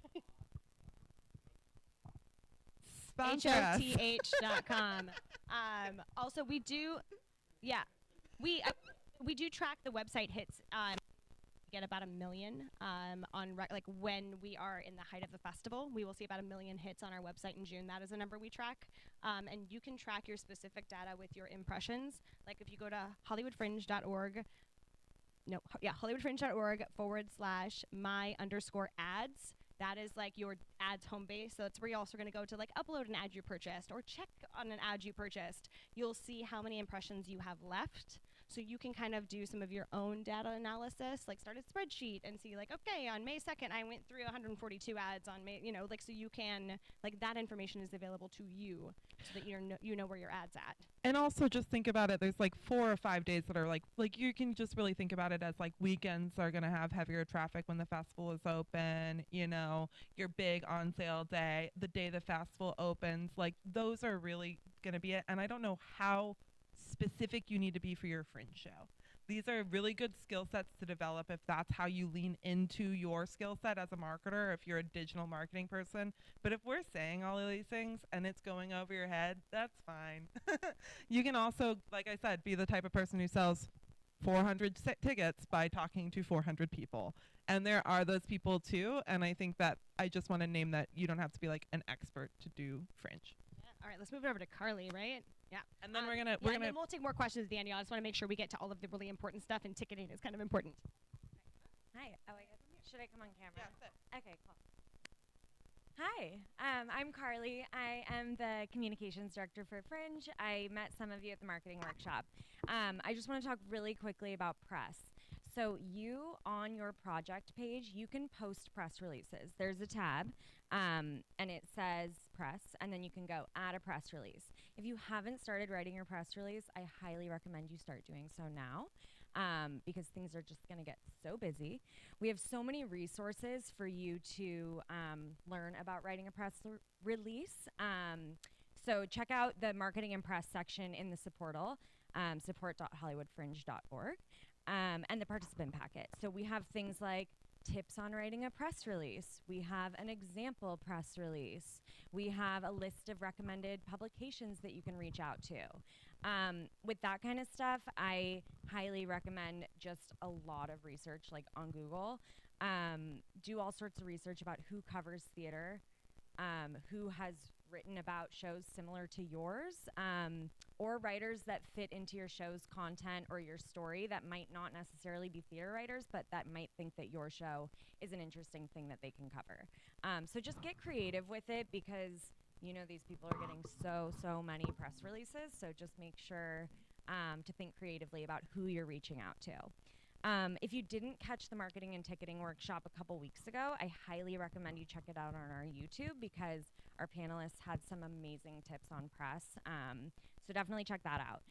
We manage press credentials for the festival as a whole. So we get press registered for the festival, and we tell them how to navigate our site and the festival, but we don't recommend shows for them to see. So that's up to you to get press to come actually to your show. So that's why your press release is so important.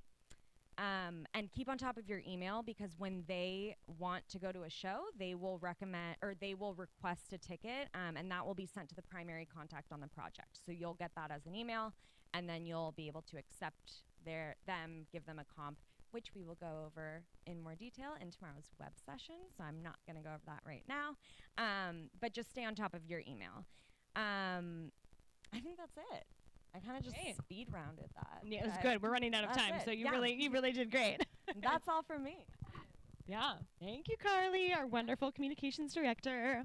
But the press really is very easy. Like Carly said, keep an eye on your email, because we do make it easy for you. You'll get an automatic email from Hollywood Fringe that'll let you know a press or industry member has requested a ticket to your show. You click a link, and it automatically takes you to the page to hit yes, add comp. So it really is very, very simple. The first email you'll get, you'll be like, oh, okay, great, no big deal. Perfect timing for reviews, Ellen. Yay. Reviews. Free organic marketing. Yay. Some people really like to make sure that they get their reviews at the beginning of their run, especially so that they can use it to market throughout the festival. Something to think about.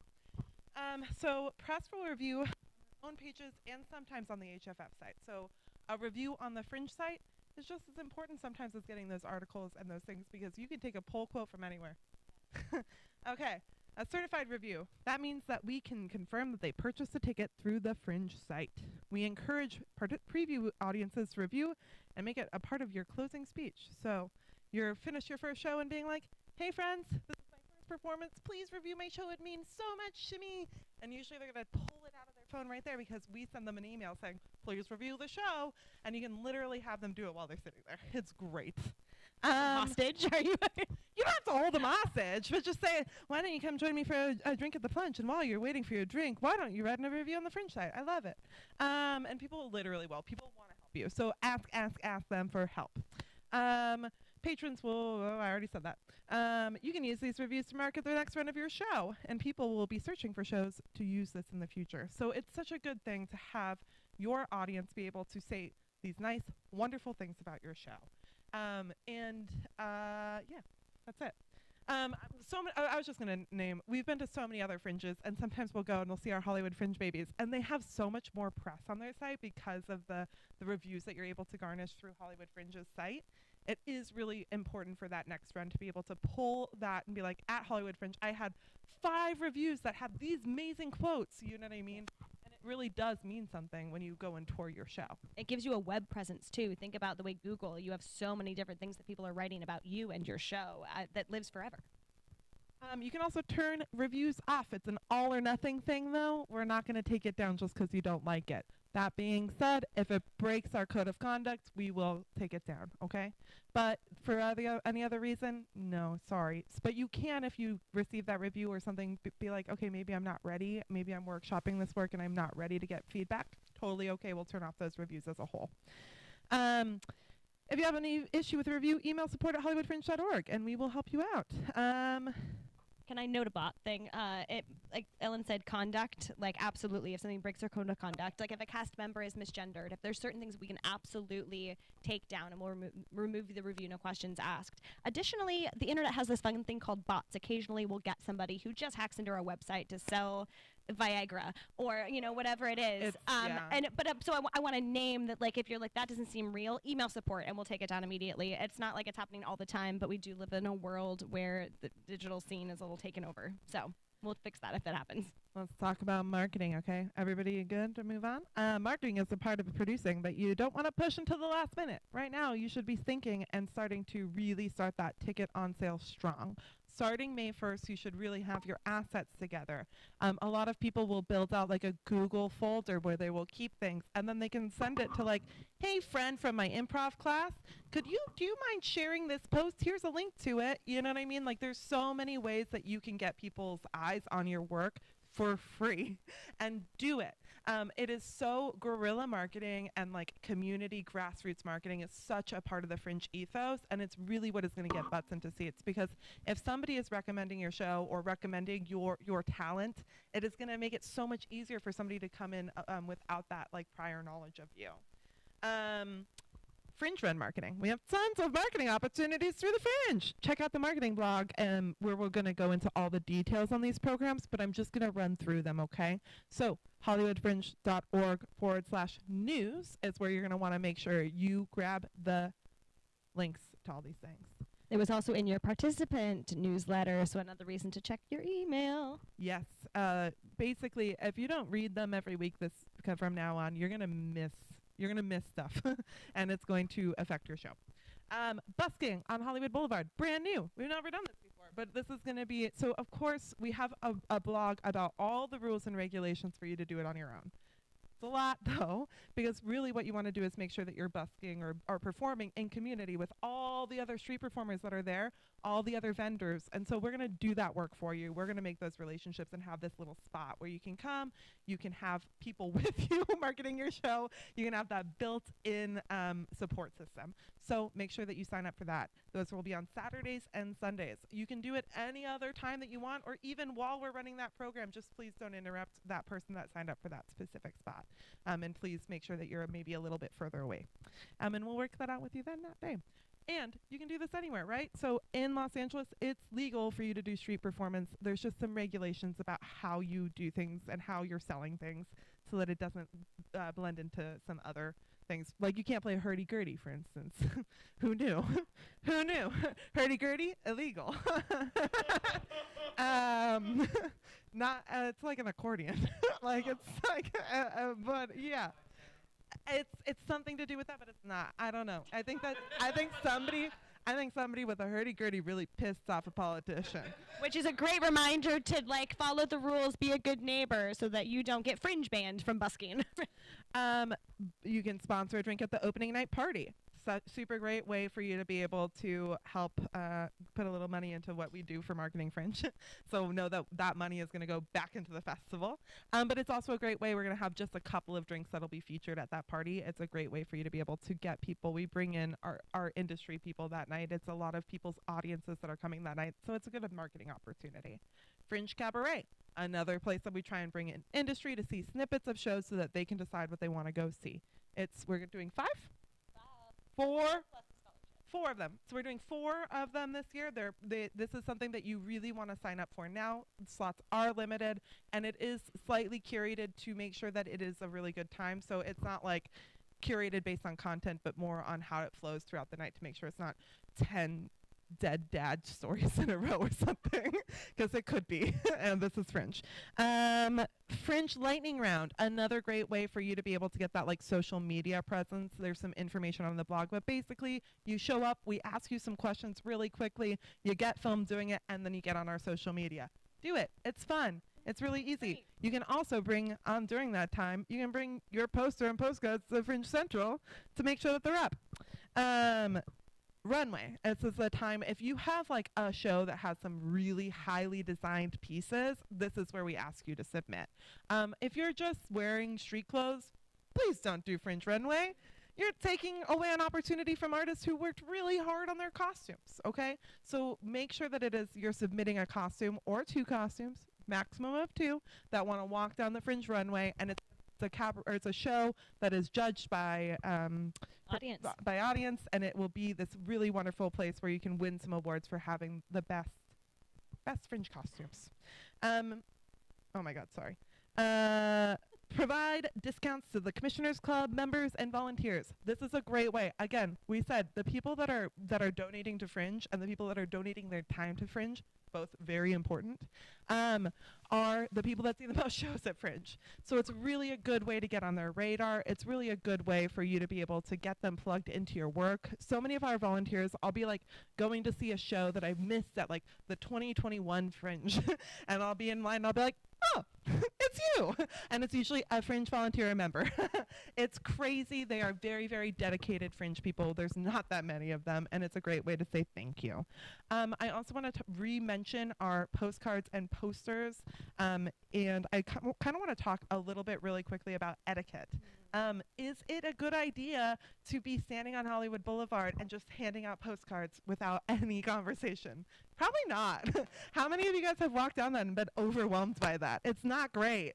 That is not what we're talking about. We're really talking about using your postcard like a business card, right? So you're having conversations. You're maybe doing street performance. You're maybe having street conversations like, hey, have you heard about Fringe? Or, hey, have you heard about this thing that my show is solving? Hey, have you heard about that? And so it's really about bringing people in and having conversations. Please do not flyer on the Ovation grounds. They do not allow it. You can flyer inside of Fringe Central, and you can flyer on Hollywood Boulevard, but not inside of their mall. They do not allow it. And the same thing goes for a lot of private businesses. Like on the street, pretty much anything goes in Los Angeles. But as soon as you stop over those property lines, you need to be asking permission from that property owner so that you can just step your way out of some conflict. Also, it sucks when I see Fringe posters that have been like put places that they're not supposed to be, or like have been guerrilla marketing. I'm all for guerrilla marketing with permission. Unless it's like of course there's exceptions, right? But like I want to say that you don't want to cause conflict with your show. You don't want people to like see your poster and be like, they put this up in my coffee shop and didn't ask me, and I have a strict policy for X reason. Like some people just don't put that in their coffee shop, and we don't want them to just kind of like think of you or Fringe in that way. Yeah, our reputations are tied, and so in general, we just all want to be good reflections of the community so that we can all continue to Fringe for a long time. QR codes are great. You can also use QR codes as a business card as well. If you're like, you know what, I'm not going to print, it's not my type of thing, I don't have a great image, do a QR code. You can also print a really limited number, right? Like you can print business cards if you wanted to and print 100.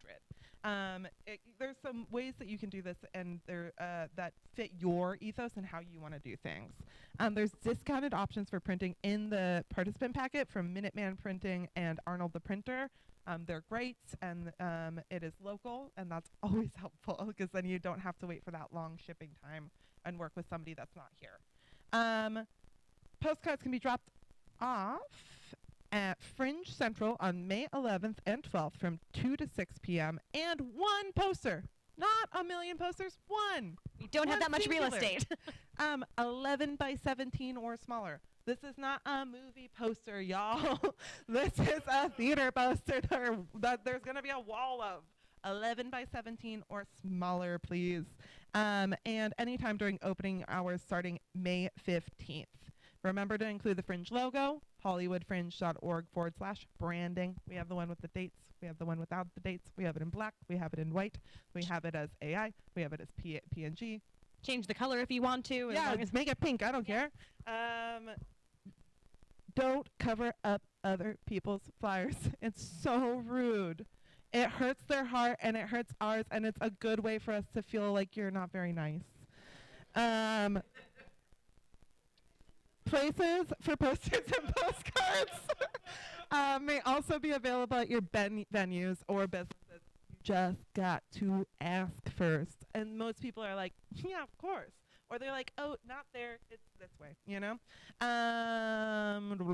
Social media. Follow us on Instagram and Facebook at Hollywood Fringe and engage with our community digitally. Let's use the hashtag HFF24, and that's how we can all be engaging in that same marketing sphere together. You can also join the official Hollywood Fringe Facebook group at facebook.com/groups/Hollywood Fringe. It's also in the participant packet, so if you're like, I don't want to write that down, it's there. Please, God, look at the participant packet. And guess what? There's other ones there too, and I'm not going to name them because you've got to go into the participant packet to find them. Tag. I'm so tired. Tag Hollywood Fringe whenever possible. Your post may get shared on the official accounts. There's some rules around this. Like, it's not like we're like, oh, we're going to repost everything that tags Hollywood Fringe. We cannot. But it's really going to be like leading up to our events. If you're like getting ready for this, getting ready for that, it's such a great way for us to be able to be like, of course we can repost that. It's promoting our event. So think about that with other businesses too. How do you get people to repost you? You make it good for them. Any audition, artistic crew, you don't have that anymore.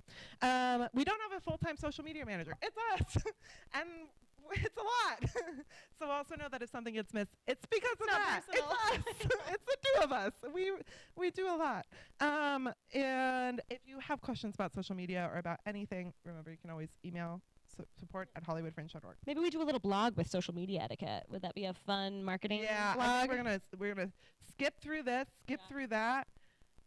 Most importantly, show up. The easiest way to market your show is doing what you're doing right now, which is coming to events, talking about your show, ask a question, even if you don't really have one. Because guess what you get to do? You get to talk about your show, and it's a great way for people to get to know you. That being said, I mean, I don't know. Yeah, I think we're done. Yes, we're gonna go through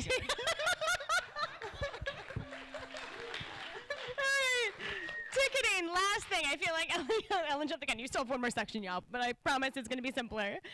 Okay, ticketing. Let's get you all set up for ticketing. So what are the rules? 100% of the revenue goes back to participants. I'm still getting some questions on support, so I want to make sure everyone knows. We don't keep a cut of your ticket sales. It all goes directly back to you. The only thing Fringe is taking is a service fee that is charged to the audience, not you. So you get the $1. If you put in $11 for a ticket, you're getting that full $11. We are taking a $3 service fee on top of that, and that goes into the processing fees and all of that, like a normal Ticketmaster or how we pay for the Adventure website. whatever. It's really expensive. It's but that just goes into paying those fees.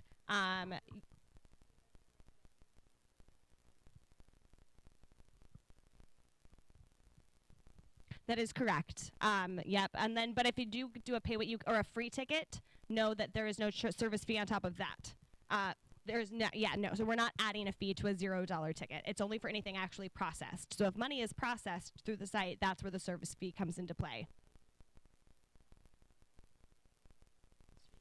Correct. Off the site. Yeah, well, and here's actually my next point. 50% of your capacity must be sold through the Fringe website. The other 50% can be anywhere you'd like it to be. And the reason there is, we're marketing the festival as a whole. We need to make sure there are tickets on sale. Otherwise, the marketing is not going anywhere. And just want to remind you guys can look up our annual report, see where our money goes. We're very financially transparent. And I also want to say, there's not, as we all know, which is why you're doing Fringe, there's not a lot of funding for the arts here. It's that everything that we're doing as accessibly as possible, but sometimes we do have to push that onto the audience, which is why we try and take it off the artist. So it just pays for itself. Everything pays for itself. It is still cheaper than like a Ticketmaster Yes. or any of the, honestly, I've been looking at the other ones. It is still cheaper than the other ticket platforms. Okay, so the 3 basic ticket prices. So now we're going to start to get into buttons and stuff like that, y'all. Okay, the regular price. That is the regular any old Susie coming from down the street who doesn't have any affiliation with Fringe. That is your regular ticket price. The community price, that is your button price. Buttons, right? This will fall into anyone with a participant button or a general button, but that button means community price. $1 off is for any button holder. You don't get a say in that, unfortunately. That is in your artist agreement across the board. That discount goes for everyone, unless, of course, it's a $0 ticket. There is no discount on a $0 ticket. So know when you fill it, the community price is just a given. It's automatic. Yes, participant. So that is where you, if you do want to give a special discount to participants, that is what that price option in your ticketing platform means. And that, so what is a participant? That is your fellow primary producers. That is also anyone added to cast or crew. So basically anyone involved in a show, according to the Hollywood Fringe website, is a participant. So they will have access, they will automatically see those prices when they're searching your shows. You do not have to give a participant price. You can give a participant price for some, but not all of your shows. So you get to be, we really want the full autonomy of your tickets to be in your hands. That way you get to make producer decisions that are best for your show. And sometimes if your aim at a Hollywood Fringe is to get reviews, to get press, and kind of build that toolkit to take your show on its next run, then, and you're not worried about ticket sales or making your money back, you're going to want to fill seats with people who are in the community with you so you can get those reviews, right? So use tickets how you really plan to fulfill your goals. But those are the 3 kinds of tickets. Note the participant tickets and the community tickets are not included in the printed guide. So the regular price is the only thing that's going to go to print. Everything else, it's secret story time unless you have a button or a participant login, right? So only people see that when they're logged in under their user. So general is for the public. Susie from down the street, is that what name I named before? That is going to be my new person for all of these. But that regular price, that is what goes into print and what the general audience will see. All of these prices can be changed at any time. As if you haven't gotten your shows scheduled yet, you do not have access. So some of this might make no sense to you. Once you have your shows scheduled or your venue sends you your schedule, that's when all of these things will pop up. You'll see a little thing that says schedule. You can hit edit and you can edit each individual performance. So the whole world is yours. I highly recommend over the next week until that first deadline, playing around with it just like you would any new technology platform, kind of seeing how that works. I promise there is nothing that can't be fixed. So worst case scenario, if you think, oh my God, I'm going to break it, I'm scared of it, don't be scared of it. Worst case scenario, you email, I can pull things out of the internet ethers if it gets lost, right? And the venues are the ones that can actually, so they know the site well because they can actually mess up some stuff. They can, change performances and duration. There is nothing that you can change that can't be fixed. So know that when you go in. So you can absolutely change your prices after the printed guide goes to print. It just won't be reflected in the printed guide. That's how print works. So it is good to note, I always say you want to aim a little higher. If you might take your price down a couple dollars, an audience is more likely to stick around if they go to the guide and they see, oh, tickets are $10, fantastic, and they go to the site and it's $8, fucking more fantastic. So they're going to stay and see the show. If it's $10 in the guide and they show up and it's $25, you've lost their trust, right? So that's something to consider. Is it the end of the world? You make your own choices. You're all adults. You have to be to participate at Fringe. And so you get to decide, but things to think about when you're doing that. Okay, let's talk price levels and the different things that can be applied per performance, right? So the 3 things we talked about above, the community, the participant, the general, that's going to be whole shebang, whole show. Now we're talking individual performances. Pay what you can. PWYC. I think we all know what that means, right? That means the audience member has an option to pay what they can, which may be more, maybe less. It's usually less, so assume as much. You can put in a suggested price. So that is, people are generally good. You just have to be fully prepared to not get that. That's the key there, right? It's all in trust. So pay what you can. Suggested price is $10. They can still pay $0. That is the option you're giving them. So just know that. Levels. There's another little tab on your guide or admin that is about levels. These are public. So no, this is a choose your own adventure thing. This is and it's not used very often. I will name that as well. This is for if you have a VIP experience. Say you want to sell a higher price ticket and anyone who buys that higher price ticket gets a gift basket and a door prize and I don't know, a special immersive experience before the show starts. Whatever that is, that would be where a ticket level would be used. or you could use it for, a senior citizen discount or a teacher's discount. But again, it's like you are putting the fate, or you're putting faith in your audience. They're likely going to do the right thing, but know that you don't get to do some sort of checks and balances on those tickets. So that's how you would use levels. So again, all of these are public. So they're not like discount codes. Discount codes are not public, and you get to decide who gets them and who has access to them. Highly recommend use discount codes to sell to your friends, your family. Use, cute little, like, I'm an AMDA graduate, so maybe I have hashtag AMDA for all my college friends. They feel special. They get a small discount, but they feel special and actually come to my show. You can have as many discount codes as you want. We have yet to max out. Don't try, but I mean, you can. Let's find out how many you can actually do, but you can absolutely do as many as you want. And also track them, like Xander was talking about earlier. You can see the data, so you know how many, like, use different codes for different groups of friends or different jobs or, what have you. That way you can kind of see how they're working and which groups like you best, or, which ones you're selling the most to, so you can put those, put one on social media. This is my social media discount code. This is the discount code I'm using at office hours, and then see which one's working better for you. So I highly recommend doing that. Note the discount codes need to be applied to performances. So when you put one in, you have little check boxes. You get to decide maybe the discount code is only for Thursday because you have a lower house and you want to get that sold. Or you can put the discount code for all of them. Totally up to you, but I know that is the question I get in support most often, is why isn't my discount code working? It's because it's not on your performances. So yeah, use those. Comps, these are free tickets to press, industry, and pals, favor cards, whatever it is. Comps become a huge part of Fringe because you might be giving away free tickets to your fellow Fringe producers, but you're also seeing free shows. So know that that is something that a lot of shows will take advantage of. You can put your comps in as soon as tickets go on sale. You can add people's names, their emails to your will call list, and they get an email letting them know they have a ticket ready to go. We talked a little bit about it with press. Industry will work the same. When press and industry who are signed up with us request to see your show, you will get an email. You can deny comps. Know that. Again, the autonomy is entirely yours. You get to make a choice that is going to be best for you and your show. So you cannot put a press person on there or you cannot put an industry. Maybe you were in that workshop stage. That is fine. You can deny comps and press and industry comps, or comps to your friends. You don't have to invite mom. Tickets are released to your house after public shutoff time. So you choose the public shutoff time. That's another thing to notice when you're going into your project page. It can be 5 minutes before your show starts. If you don't want to deal with an in-person box, that's a great way to get around that. You don't have a cash box. You don't have to worry about Venmo. You just have the cutoff time right at the end so people can hop on their phones. Maybe it's 0 minutes. Yeah, 0 minutes. Yeah, absolutely. But have it be 0 minutes. That way people can buy up until. And maybe have a QR code right in front of your box with just the QR code to the website. And then, have them buy that way. That is, I think people are doing that more and more.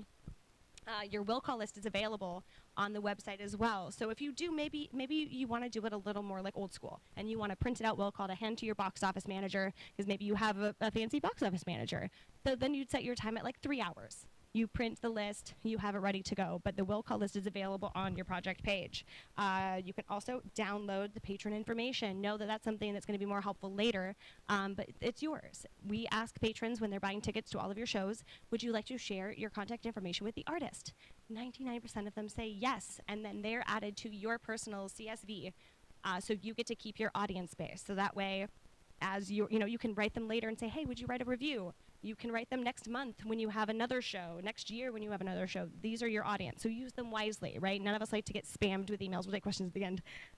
So please be cautious with that. Accessibility requests. You want to rock those out, Ellen? In each will call list, you're going to see in line with your tickets your accessibility requests. So when it is important to check your will call, even if you're not going to use it. Like, say you're like, I'm just going to let people in. You should check your will call list, because underneath their name it's going to say, and they have this blank space to write in what they need, and it is your responsibility to check that and email them back if you can't accommodate it. That's totally fine to do, and we can help you facilitate a refund or bring them to another show where that might be available. But sometimes it'll be so simple as like, I'd like to sit in the front row because I'm hard of hearing, or I have some visibility issues, and you can just say great and reserve them a seat, or even just let them in first. Sometimes people have called out at the front of their line, anybody with accessibility needs, please come and see me, and then they've been able to be in first. Watch Our Accessibility Town Hall. We talk about it a lot more. We'll talk about it more next time. Should we go to participant payout? Yeah, I was gonna actually one ad thing because I'm getting a lot of questions about this. How do people get to your tickets, right? Because tickets go on sale on May 1st. People are emailing support. How do I make sure people are going to my project page? If you go to your project page, you will have a URL that is hollywoodfringe.org/project. It's projects and a number. But that is your page. That will not change once tickets go on sale. So use that. Get a bit.ly if you want a shortened URL. Yeah. Hit up, Carly, what was your QR code recommendation? QR code monkey. Sponsor us. Sponsor.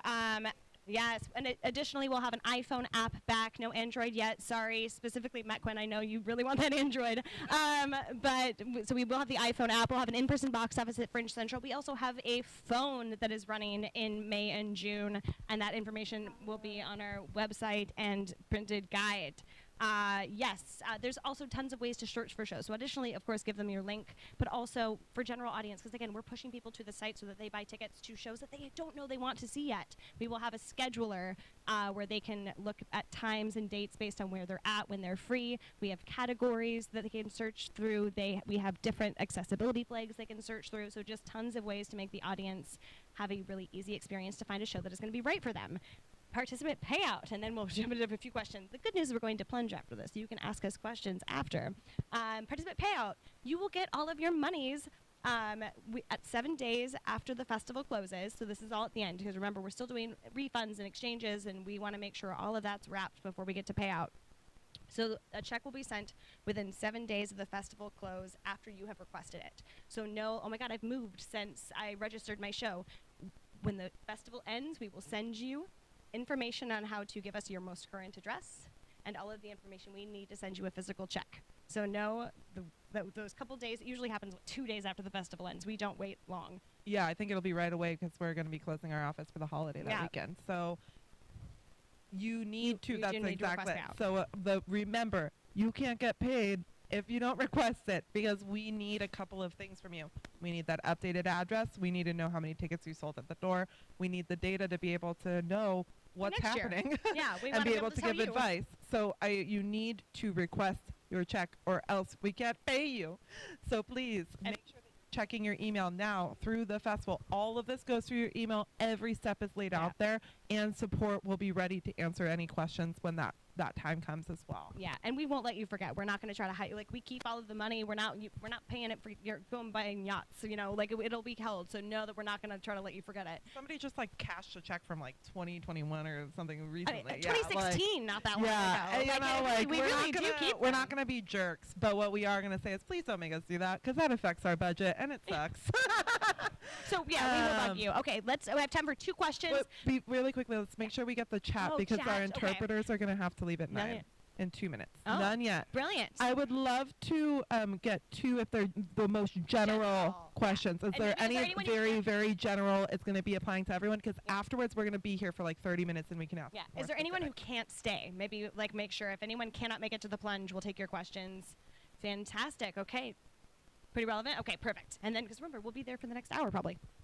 Hey everyone, Xander again. Our project CSV, is there a way for people that are getting tickets at the door to add them to that show email list? So that'll be your responsibility. So anybody who's not processing their tickets through our site is your responsibility. So if you have a gold star or like a fill a seat, or you're selling tickets at the door not through the website, then you need to handle Is there a manual way to add them to our show updates list? Or if they didn't even buy a ticket, we can't add their email? So okay, cool. Yeah. That said, if somebody attended your show and bought a ticket elsewhere, let us know for review sake. We can certify the review. Like, we can't hoard information that didn't come from our site. But if you're like, hey, my mom came to my show yesterday, can you certify the review? Yeah, of course. You know. Okay, one more. One do here, and then we'll. And then the one up front. Okay, I'll come back. I'm Sam with my solo show Sam, and my ads are working, so I'm really happy about that. Super general, yeah. I saw on like past shows, they've seen that there are certified reviewers and uncertified reviewers. Just wanted to know what the difference was. Uncertified reviews are that we can't certify that they saw your show. which means that, like, for instance, anybody could write that review. One of your best friends could be like, I'm going to submit 10 really good reviews about Sam, and we can't certify that they saw that. That being said, if you're like, oh my gosh, look at this person came to my show and I know it, and you need it certified, like Lois said, email support, and we help with that. Because we can tell we're not idiots. We can look at the review and go, clearly they saw the show. Yes. So if somebody bought a ticket, that is a certified review. So anybody who bought a ticket and is verified through our site that they bought a ticket to your show, they leave a review, it automatically certifies. And we have a question from the chat that I'm going to throw in here. It's asking if we have a list of recommended publicists. We don't currently have any publicists in our participant packet, but use your community. Like, y'all are so good about sharing information. Come to office hours every Wednesday, or use the Hollywood Fringe Facebook. I don't know, they're here. I at home. Use the Hollywood Fringe Facebook group, or facebook.com/groups/Hollywood Fringe. There's going to be plenty of people who have recommendations. Additionally, go to our press page and our supportal, and there's going to be a list of publications that you can reach out to if you want to, grassroots your press campaign. Also ask your venue, too, because there's often people that have worked with those venues before, or that they would know. I know that there's a press person in the back that I would say, well, you want press packages, right? Yes, duh. So there's one beautiful person back here that does press pack participants, and then we also have resources in the participant packet. If you're like, I'm going to try it myself, I want to know what it is before I hire someone, there's in the part about how to make how to do all these things. In fact, actually, we don't have a lot of time, but Matt, Bertha, will you wave and let people know they can talk to you after both venue and publicity and marketing, so people that you can talk to. Are there any other venues that I missed? Okay, perfect. So venues, talk at the plunge. Okay, one last question. Yes. Hi, I'm Leanna. My show is 177 Lovers and Counting. My life as a sex researcher. And I'm always up for 178, so just... I love it. So, can I take cash at the door? Of course. And then do I keep it? Yeah. Okay. But you said you weren't gonna give it until the end of the... Okay. Yeah. It on our website. So we're taking credit card payments on the website, right, and cash payments at Fringe Central. That money will get returned to you at the end. But keep your cash, keep any credit card Square transaction you do. That is all for you. But please be safe about it. If you're carrying cash in Hollywood, don't carry your cash drawer. It happens every year, and please God, I'm so scared that I'm going to hear a horror story about somebody getting mugged on the way home. It's Hollywood. It is a little dangerous. Don't carry your cash box. Okay.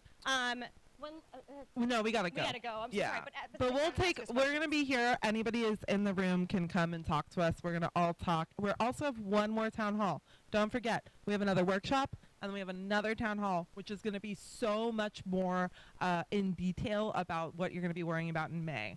So take this all in. We kind of went through everything you need to know right now, and know that so much of it is going to come up when you're talking at office hours, when you talk to us afterwards. At Festival Expectations on April 27th, before May even happens. So no, we have the artists that are going to be talking about their experience at that next one, and then one last town hall we're going to be like, don't forget all these things! Okay, bye. Thanks, y'all. Join us at Punch.